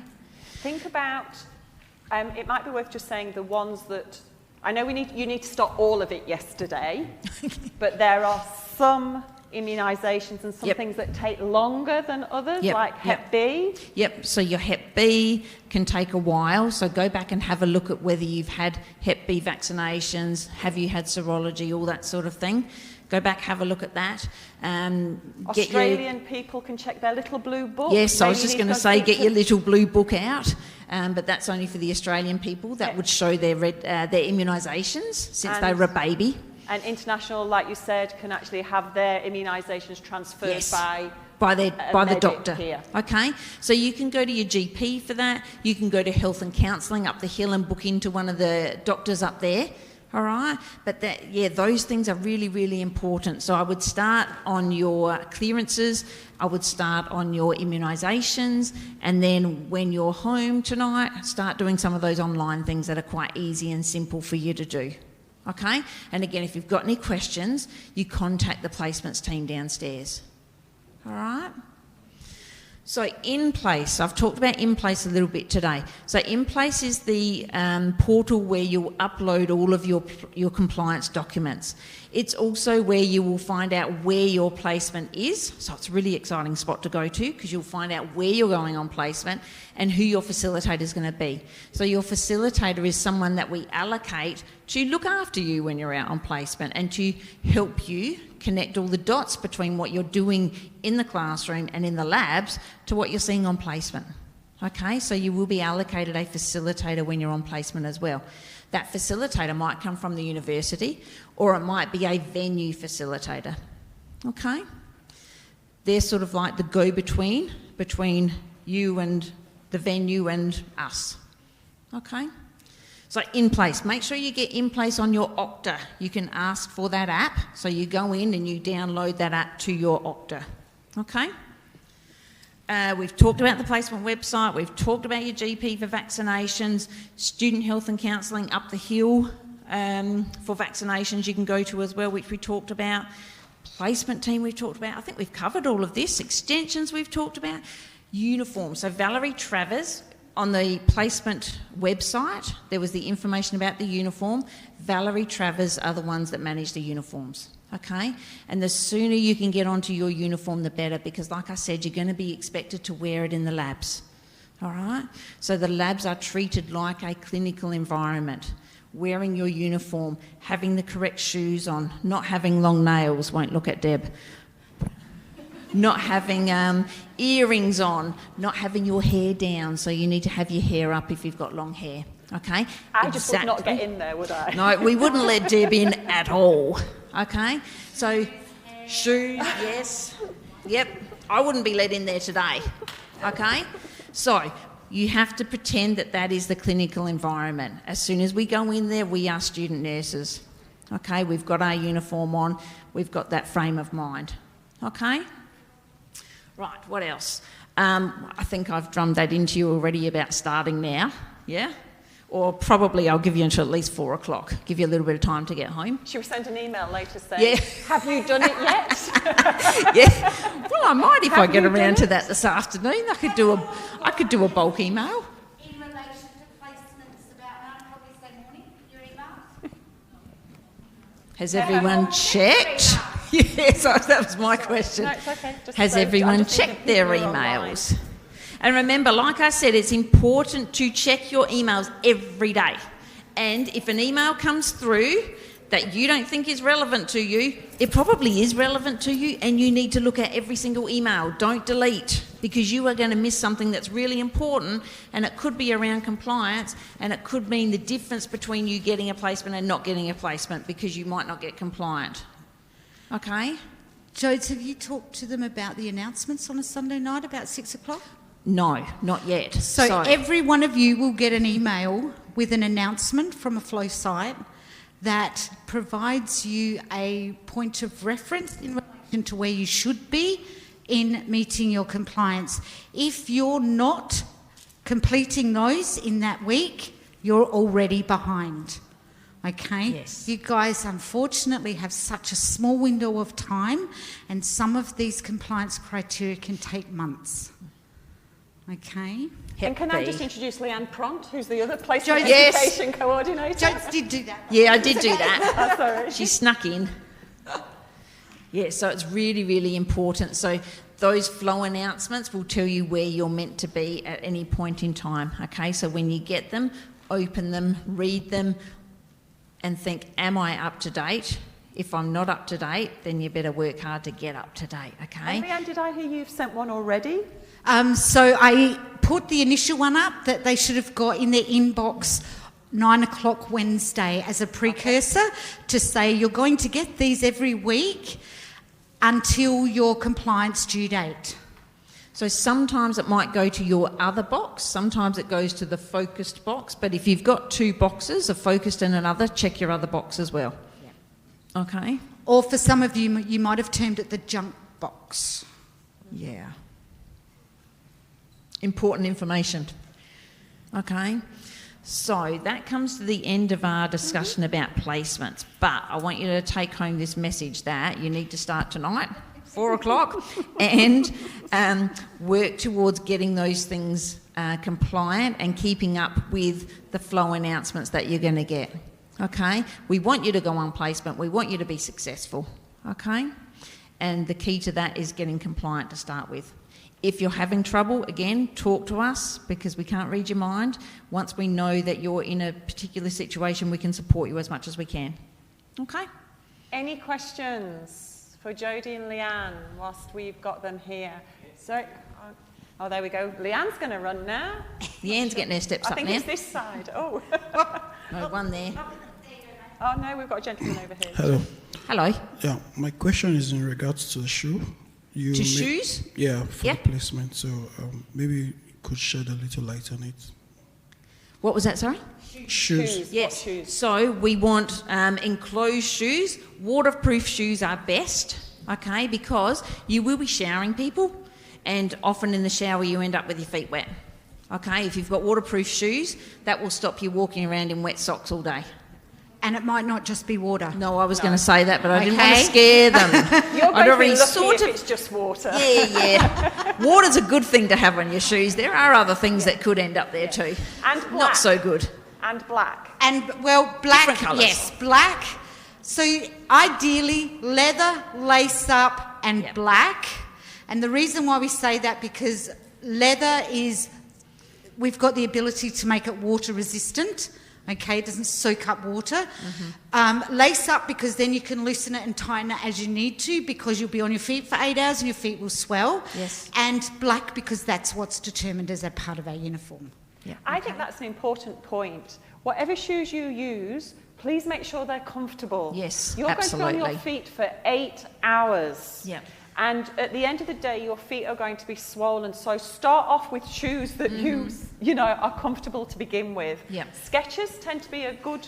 They're good ones. Skechers can be good, Yeah. but I'm not sure that you get the lifespan out of them. Okay. To be brutally honest. So who here works shift work now? Right, so you've all 99.9% of you got a huge learning curve. Being on your feet for 8 hours on a late shift and backing it up on an early shift, the next day your feet will be the first point of exhaustion, and then your brain will be, because you've been thinking so much. Okay, so set yourself up for success. Nice comfy shoes. Yeah. Any other questions? There was one over here. Do you still have a question?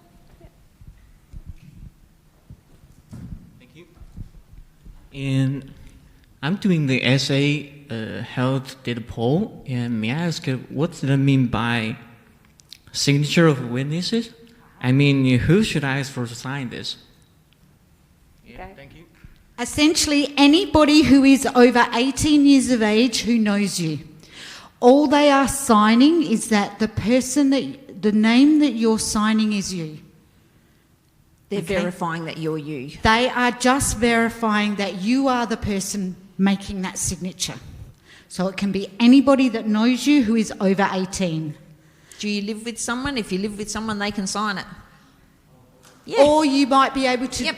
you might be able to do it in a couple of weeks when you know some members of the class that you're in. Yeah. Okay? All right? Unless you're not you, of course. Well, that's true. Well. That's true. Yeah. Unless you've got somebody that you know already, then use them. Any other questions? I'll go take the mic up. I'm closer. And there's one down here too. We'll grab this one while you're going, James. Grab what one? This, okay. go. Oh, hello. As an international student, do I have to do international police check as well as national police check? Good question. So, as an international student, how long have you been in Australia? 7 months. So, in that 7 months, you have got a small window of history in Australia that your Australian police check will be able to review. But anything before that, we don't know about. So, you might have been a murderer somewhere else. I'm only joking. But the reality is we don't know that, and hence why we require a police check from your home country or where you have lived for an extended period of time before you come here.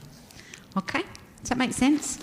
And it's all about making sure that you're safe to provide care to some of the most vulnerable members of the community. It's regarding the DHS and NDIS clearances. Sorry, can you just start again? I'm sorry, I didn't hear. It's regarding the NDIS and DHS clearances. I was wondering, do we have to do the volunteered one or the paid workers? Good question. So when you're applying for, and I think it's specific on the aged care one, you need to nominate unsupervised. The actual terminology of what you're requesting is written on the placement website, so you can copy and paste that, or you can write it directly from there onto your form. Okay, so make sure you follow that script. The number of students that don't then submit it to In Place and actually have it rejected and then need to reapply, it costs them another application fee. So get it right first time. Really, really good question. Well done. So go to that website that I showed you. That's got everything you need to know. Okay. Any other questions? Yep, Hang on. We've got two, have we? Where are you going? You going there? I'm going, there's one on this side and there's one on your side. Okay. Oh, I'm loving this, ladies. I'm just sat here watching. You just wait down there for us. Yeah. Sorry. We're working off the sausage that we ate at lunchtime. Hello. I have already enrolled my subject, but you were talking about the classes. Like, we have to select our classes also? So can I see how?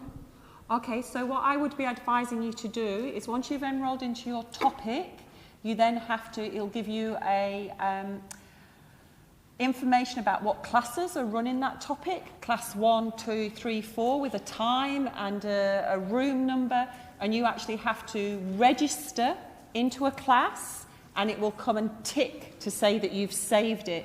If you have any difficulties, because it's a difficult one for me to show you here in a big lecture hall, but what I would suggest is you go to the front office and they will be able to help you.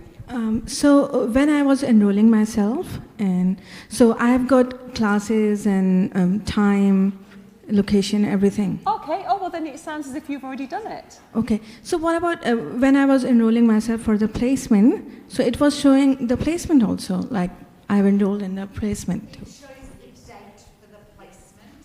Won't show you the venue. Yeah, Because could you're you say enrolled that in into the a placement microphone, topic. please, Jodie, so that people online could hear that? No, Because you're enrolled into a placement topic, it will show you the placement dates, but it won't show you the venue.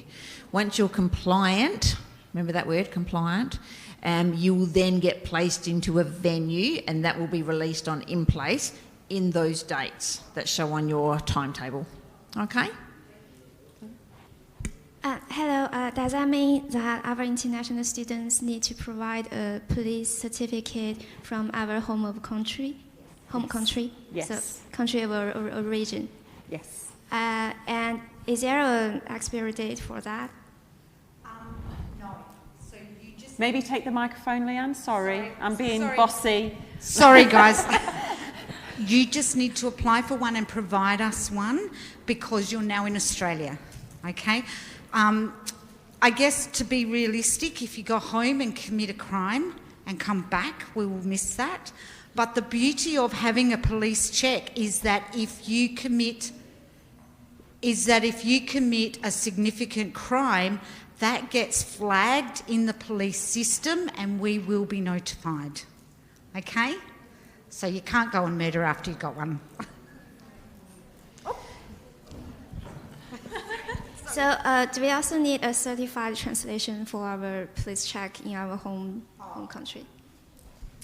When you go onto the placement website, it will tell you where to apply from and it will come back in English. Okay?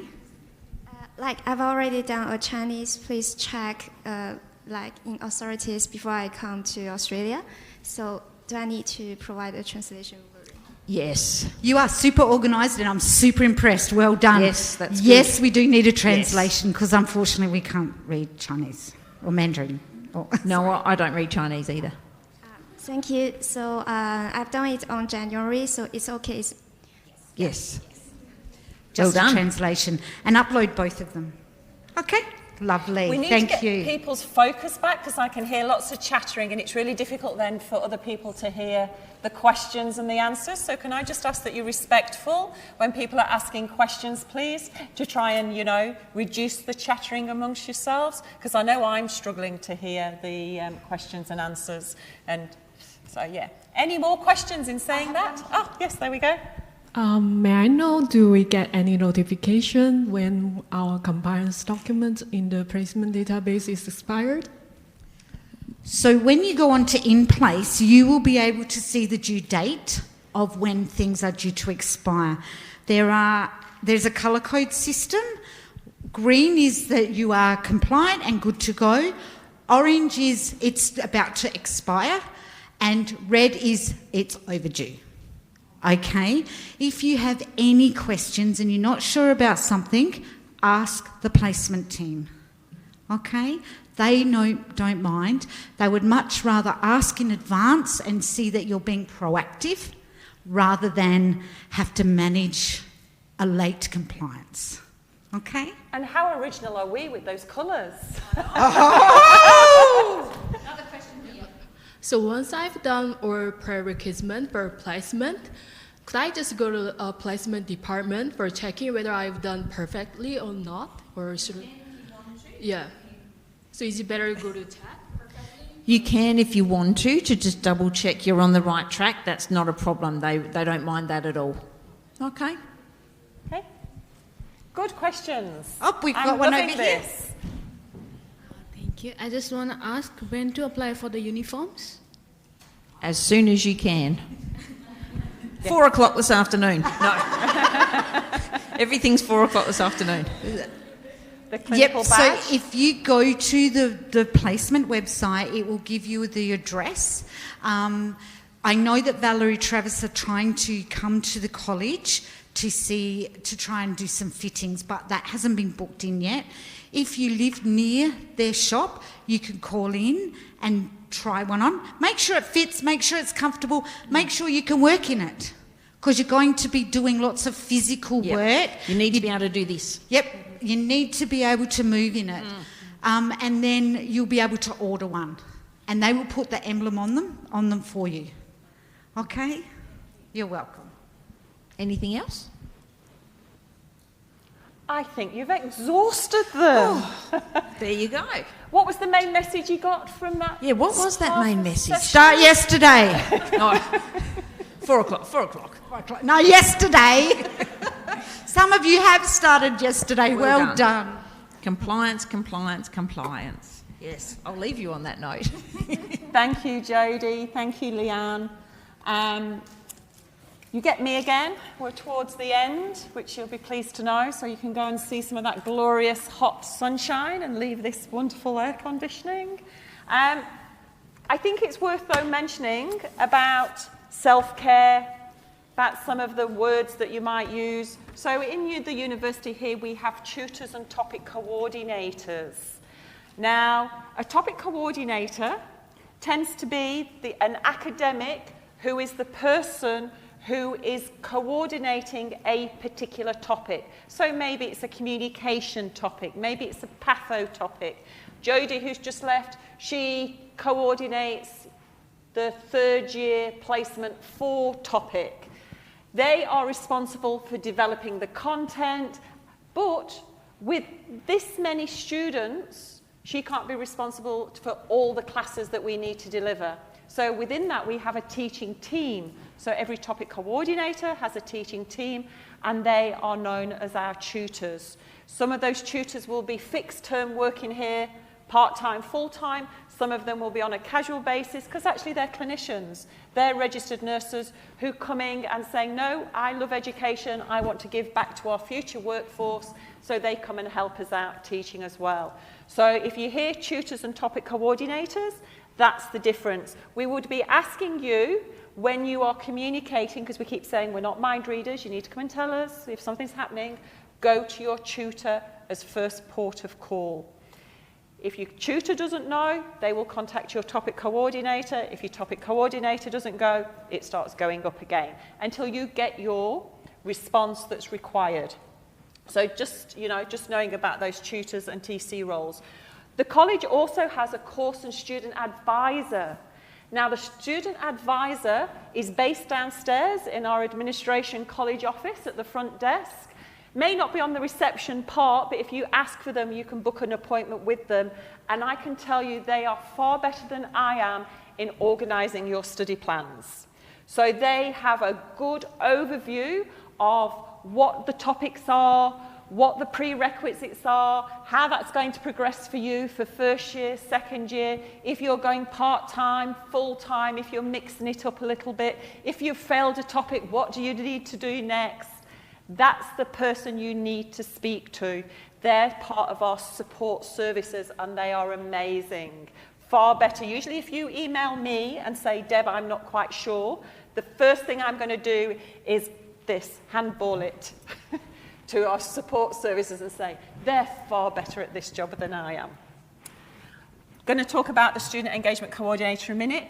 One of the questions often students ask, though, is, So you keep telling me all this support is here, Deb, but I'm not quite sure who I speak to.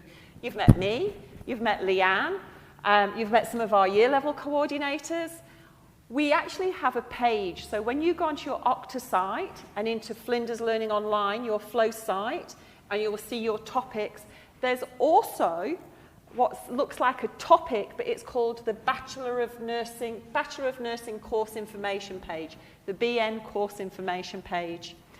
Now, that page, please go and just have a look around. Maybe not tonight, because I'll let Leanne have her way that you're starting all the placement stuff. Yeah? But between now and week 1, please go and have a look at the BN Course Information page. That is going to have all the links that's going to make your life so much easier. That's going to talk about links to student support, to the international office, to academic integrity, to jobs for the future. We've put up jobs in there if there's any coming up. There's announcements that are happening in there all the time. Within there, there's a communication framework. So those questions where you're going, I don't know where to go, the communication framework goes, if I have a question about placement, where do I go? Oh, I go to the placement office. If I have a question about my study plan, where do I go? Oh, I go to NHS Enquiries. It gives you a flowchart of exactly where to go and who to contact. So check the page out. You'll see a few videos in there about the use of social media now that you're going to be entering a professional role, because we've had some incidents in the past with students in Flinders uniforms doing TikTok videos. You're laughing, it's true. It's very true. And you see, they're actually representing not only a university, but they're representing our profession as well. And it's not always appropriate wearing a Flinders uniform, being a nurse and doing TikTok videos. So there is some videos by Tiff and me about the use of social media and academic integrity, but lots of useful links as well. So check that out. I think I asked about, we've sort of covered this a little bit.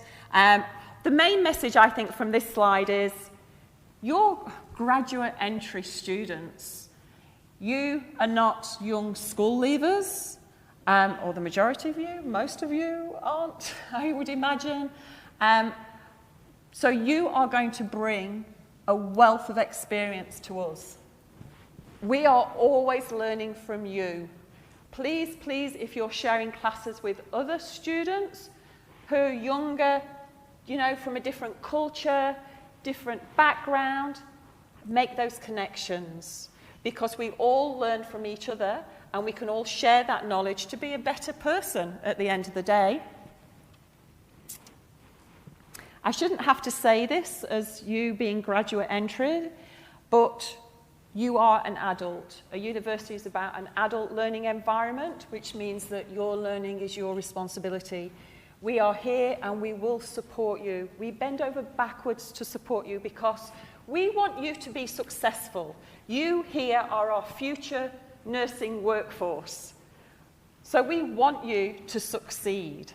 And we will do what we can to make you succeed, but we can only take or guide the horse to the water. We can't make the horse drink the water. So that is your job, to make sure that you are insightful, aware that if you're struggling, you come and chat with us. If you have any questions, you ask those questions.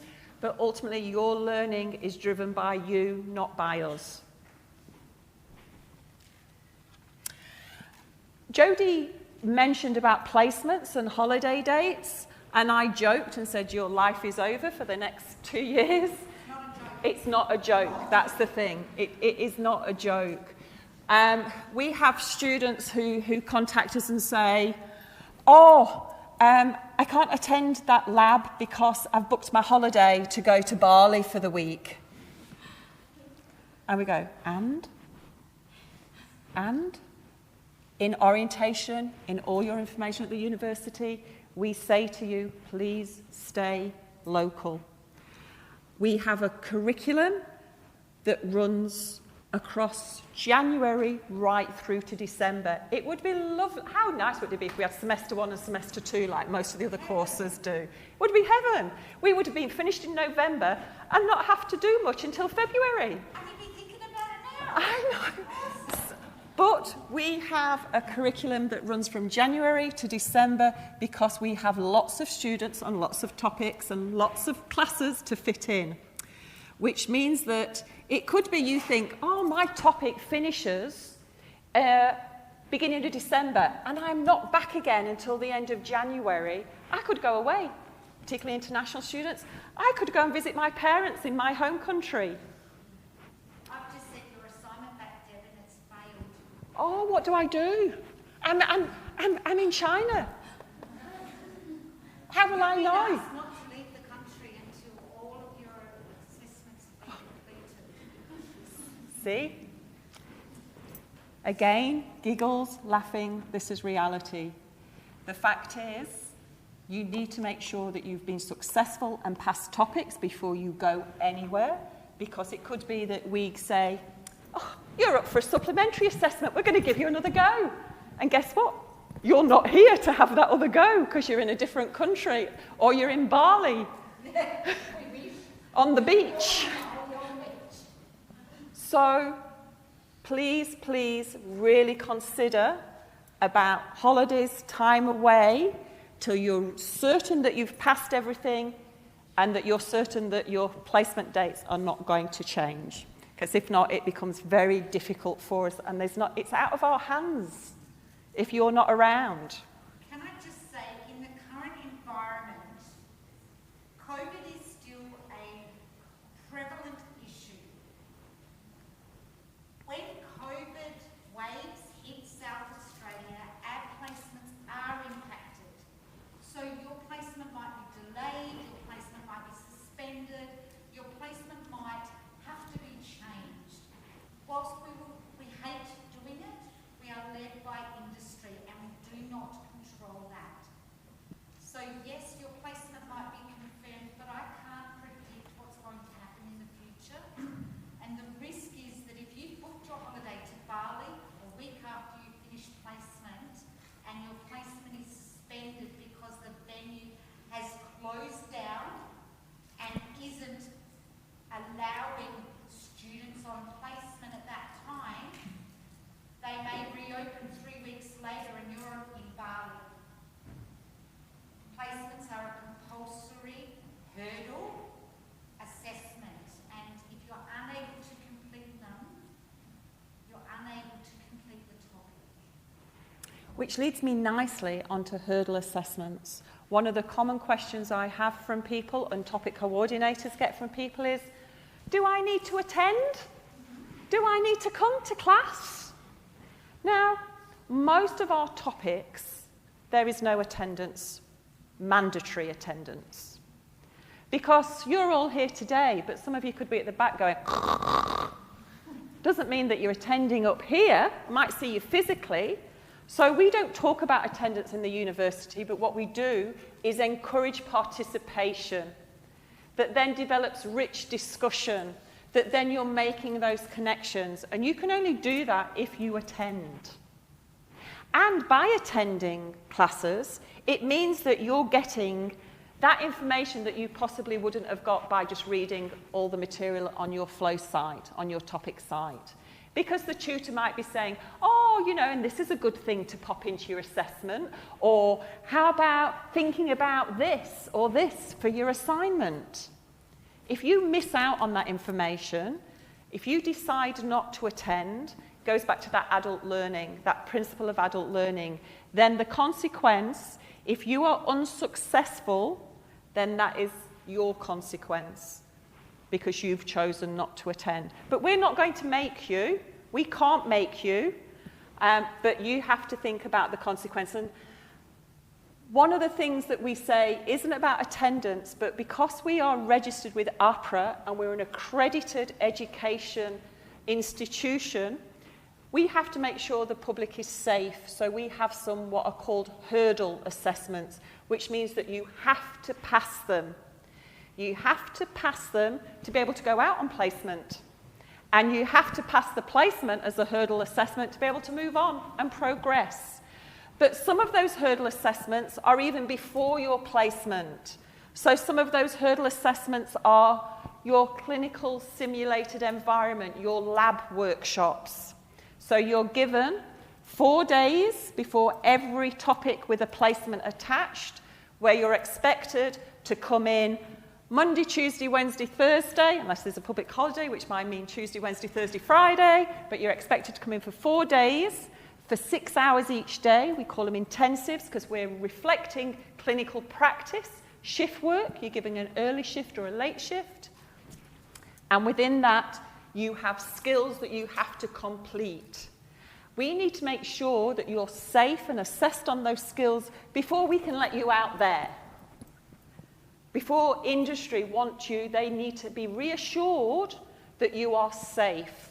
And so we call those hurdle assessments. So yes, it's not attendance, but for those particular topics, you have to pass those hurdle assessments. Without that hurdle assessment, even if you fail one of them, it makes no difference. The whole topic is failed. So you have to pass all hurdle assessments, and they are all around safety.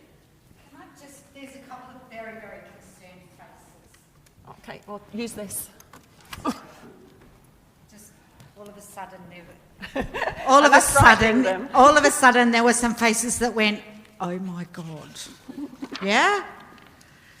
Please be assured the content you're being assessed on is content that is pertinent or relevant to the topic and stuff that we will guide you through. We're not asking you to do something we haven't taught you to do, but what we do need you to be is safe, exactly how Deb has described it. You are not only representing yourself on a placement as a future employee in that venue, you're also representing Flinders University. You're also representing the nursing profession. Now, just as a little point of reference, the nursing profession, and I think it's now 18 years in a row, has been the most trusted profession in the world. That's a pretty good reputation that we need to maintain. Okay? Pressure. All right. So I'm going to ask you, if I was coming to look after your mum and I hadn't passed my hurdle assessments, would you be comfortable with that? No. Hence why you need to pass the hurdle assessments. Thank you. So some of the topics in their assessments may not be a hurdle assessment, but from week 1, week 2, they may have group work assessments where they're wanting you to get with a group in class to have discussions. So they may need you to be there each week. So all I'm asking is check out the content, check out the assessments. It's your responsibility to attend. We would love it if you do attend and participate because we actually think that then you get value for money. And it keeps us on our toes. You'll know this. This is for the young people who came yesterday when they're thinking about planning their time. But I will mention it as well because obviously I would imagine that as graduates, most of you are working. And life has a way of throwing us curveballs. And when curveballs are thrown our way, one of them, if we're juggling family, bills, job, study, one of them drops. And it tends to be the study element that drops, and that's when you start to struggle to pass. Put in the work that's required. Every topic is around a 4.5 unit topic, means 135 hours of study for each topic. Now, if you're doing 4 topics, which is a full-time student load, if you're doing 4 topics of 4.5, that is a 40-hour week. A 40-hour week, if you're working as well, you're going to be exhausted. So in some ways we're saying, save your money, work till you get on placement, but in the next breath I'm also saying, but please look after yourself because you've got to be sensible and be realistic. If you think that you need to work and it's going to be hard to study full time, Go part-time if you can. I know some people have visa implications, which means that they can't. But if you can, I would rather you get to your goal and being a registered nurse and do it slowly, surely, passing, rather than, you know, trying to get it all done and then dropping and having to go back again, dropping, having to go back. You know, there's a phrase, isn't there? The slow, something gets the, I don't even know, forget it. Yes. So try and plan your time. If you've got family, if you're sharing accommodation, make sure that you go, right, every day for 2 hours, please don't disturb me. Make yourself a sign, pop it on the door. No kids allowed. You know, no roommates allowed. No, I can't come out. This is a study day. Be firm. Get into that mental habit of setting this up early rather than later. And within all that, look after yourself, because it is going to be tough. Make sure you're eating okay. It's important. When you're looking after people, you need to make sure that you are well first. That's mentally, physically, emotionally, because if one of those areas in your life is struggling, that's going to then impact on the care occasionally that you can give to others. So make sure you're getting your sleep. Make sure you're eating. You know, don't fall behind. If you think that you're starting to fall behind, speak to us, speak to your tutor, speak to your topic coordinator. We will look at what we can do to support you. One of our support resources is our student engagement coordinator, who happens to be called Paul Cooper, unable to get here today, gives his apologies.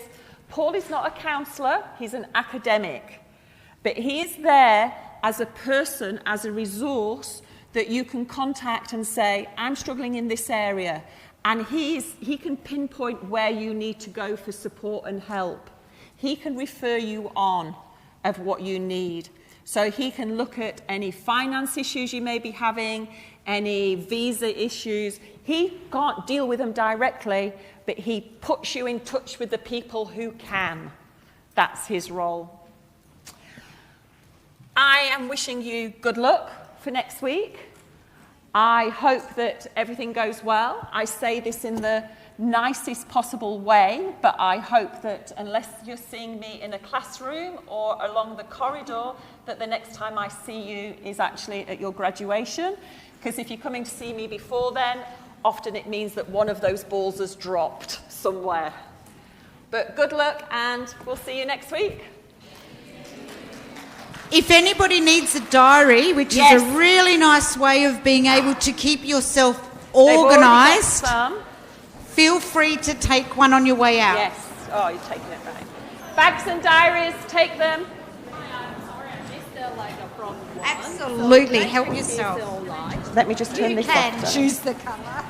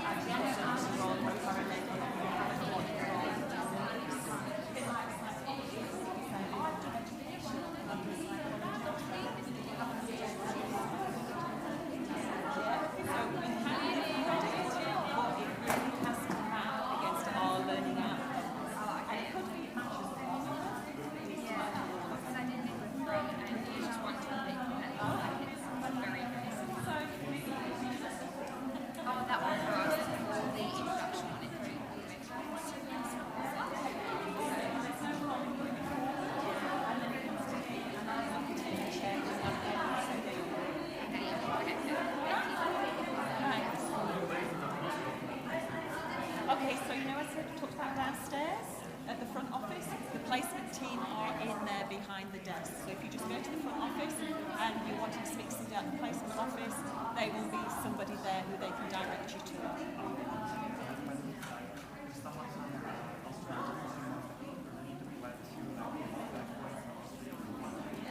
Yes.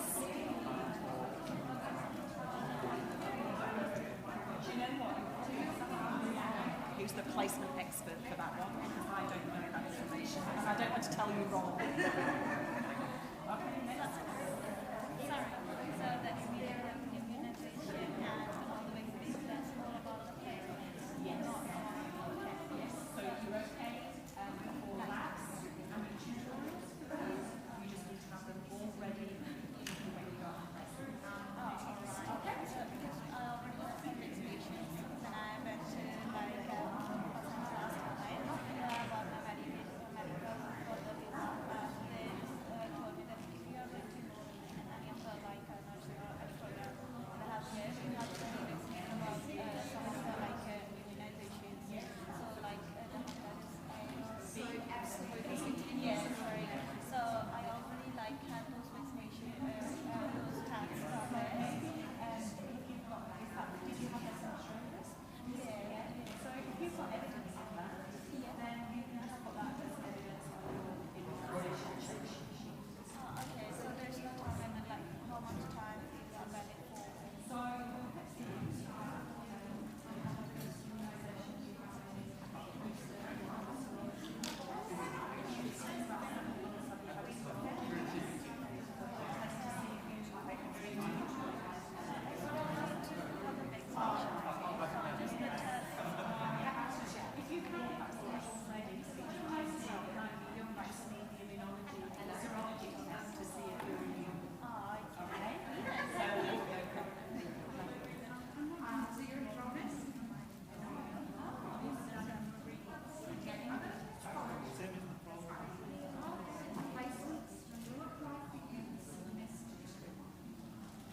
Even better next year.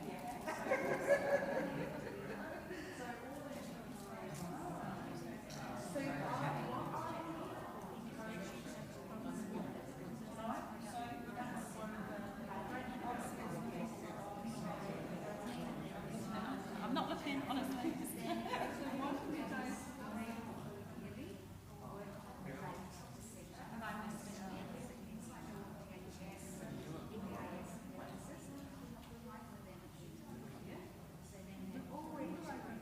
So when you go onto the Flinders website, not Flinders, there'll be icon that says about IT support. Yeah. So contact the IT support or service or even Flinders Connect, and they'll be able to help you with those things.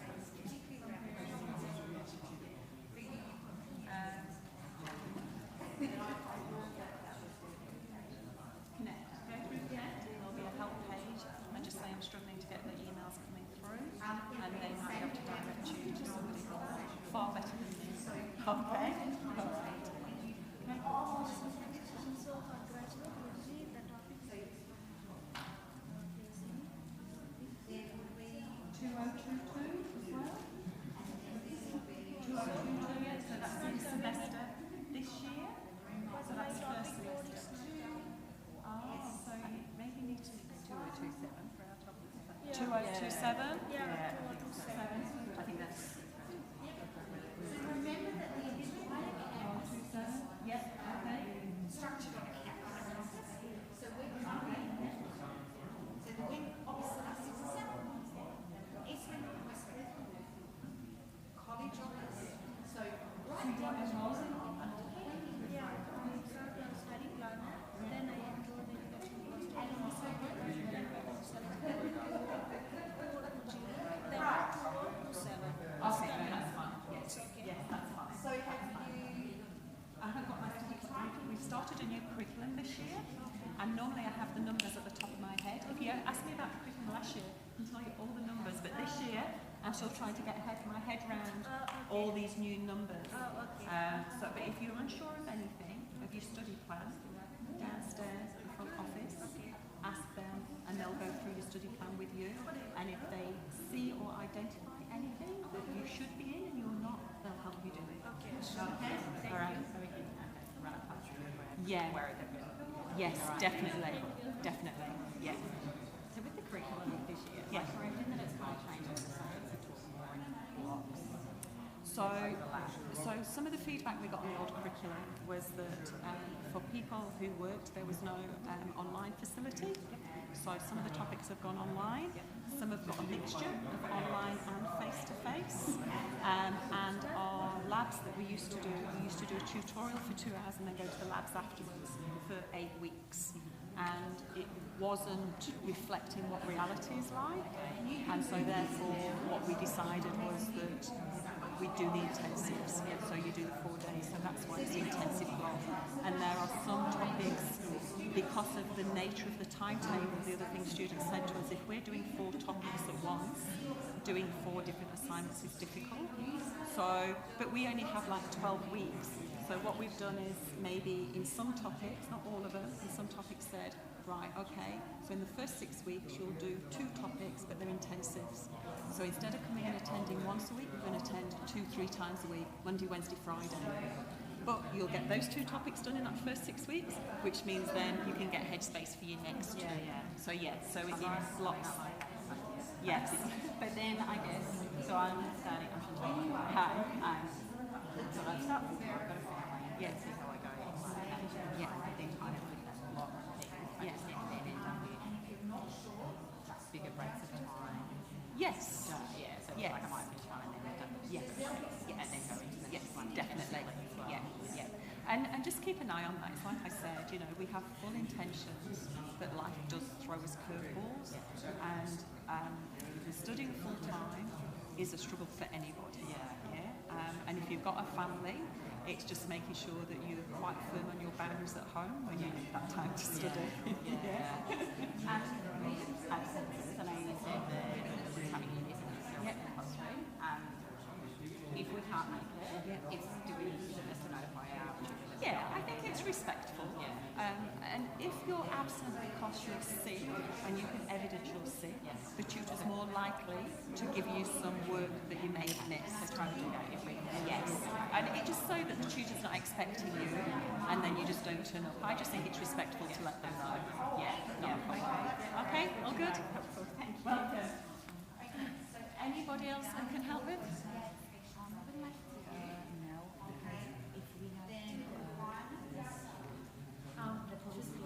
Yeah. So I think Leanne was talking about the police clearances that we need, if depending on where you're at, I don't want to tell you wrong here. Speaking to Leanne again, because I'm never sure of the international. Because if you can get a police clearance, but it has to be in so many years, and we have to know that you're still clear here as well. You've already got an Australian police check. Oh no, that's fine then.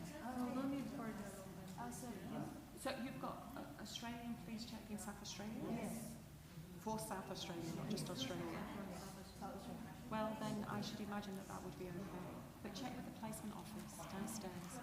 Any questions you have, Jodie kept saying, go to the placement office, check with them. If you can maybe upload it and send it and say, is this sufficient? Is this okay? They were going to say yes or no. All right? Simple.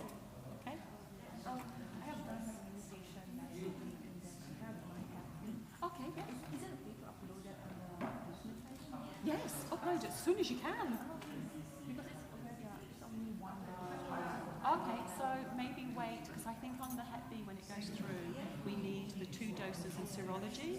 But if you've got evidence, if we're still waiting for serology, if you've got evidence that you've had one and you've got another appointment booked, sometimes that can be sufficient as well. Okay? All right.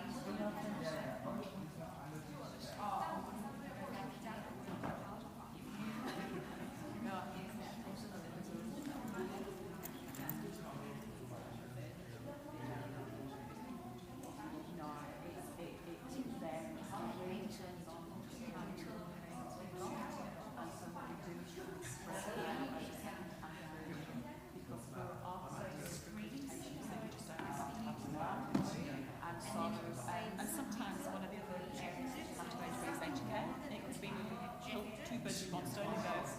Aged Care together. Yeah?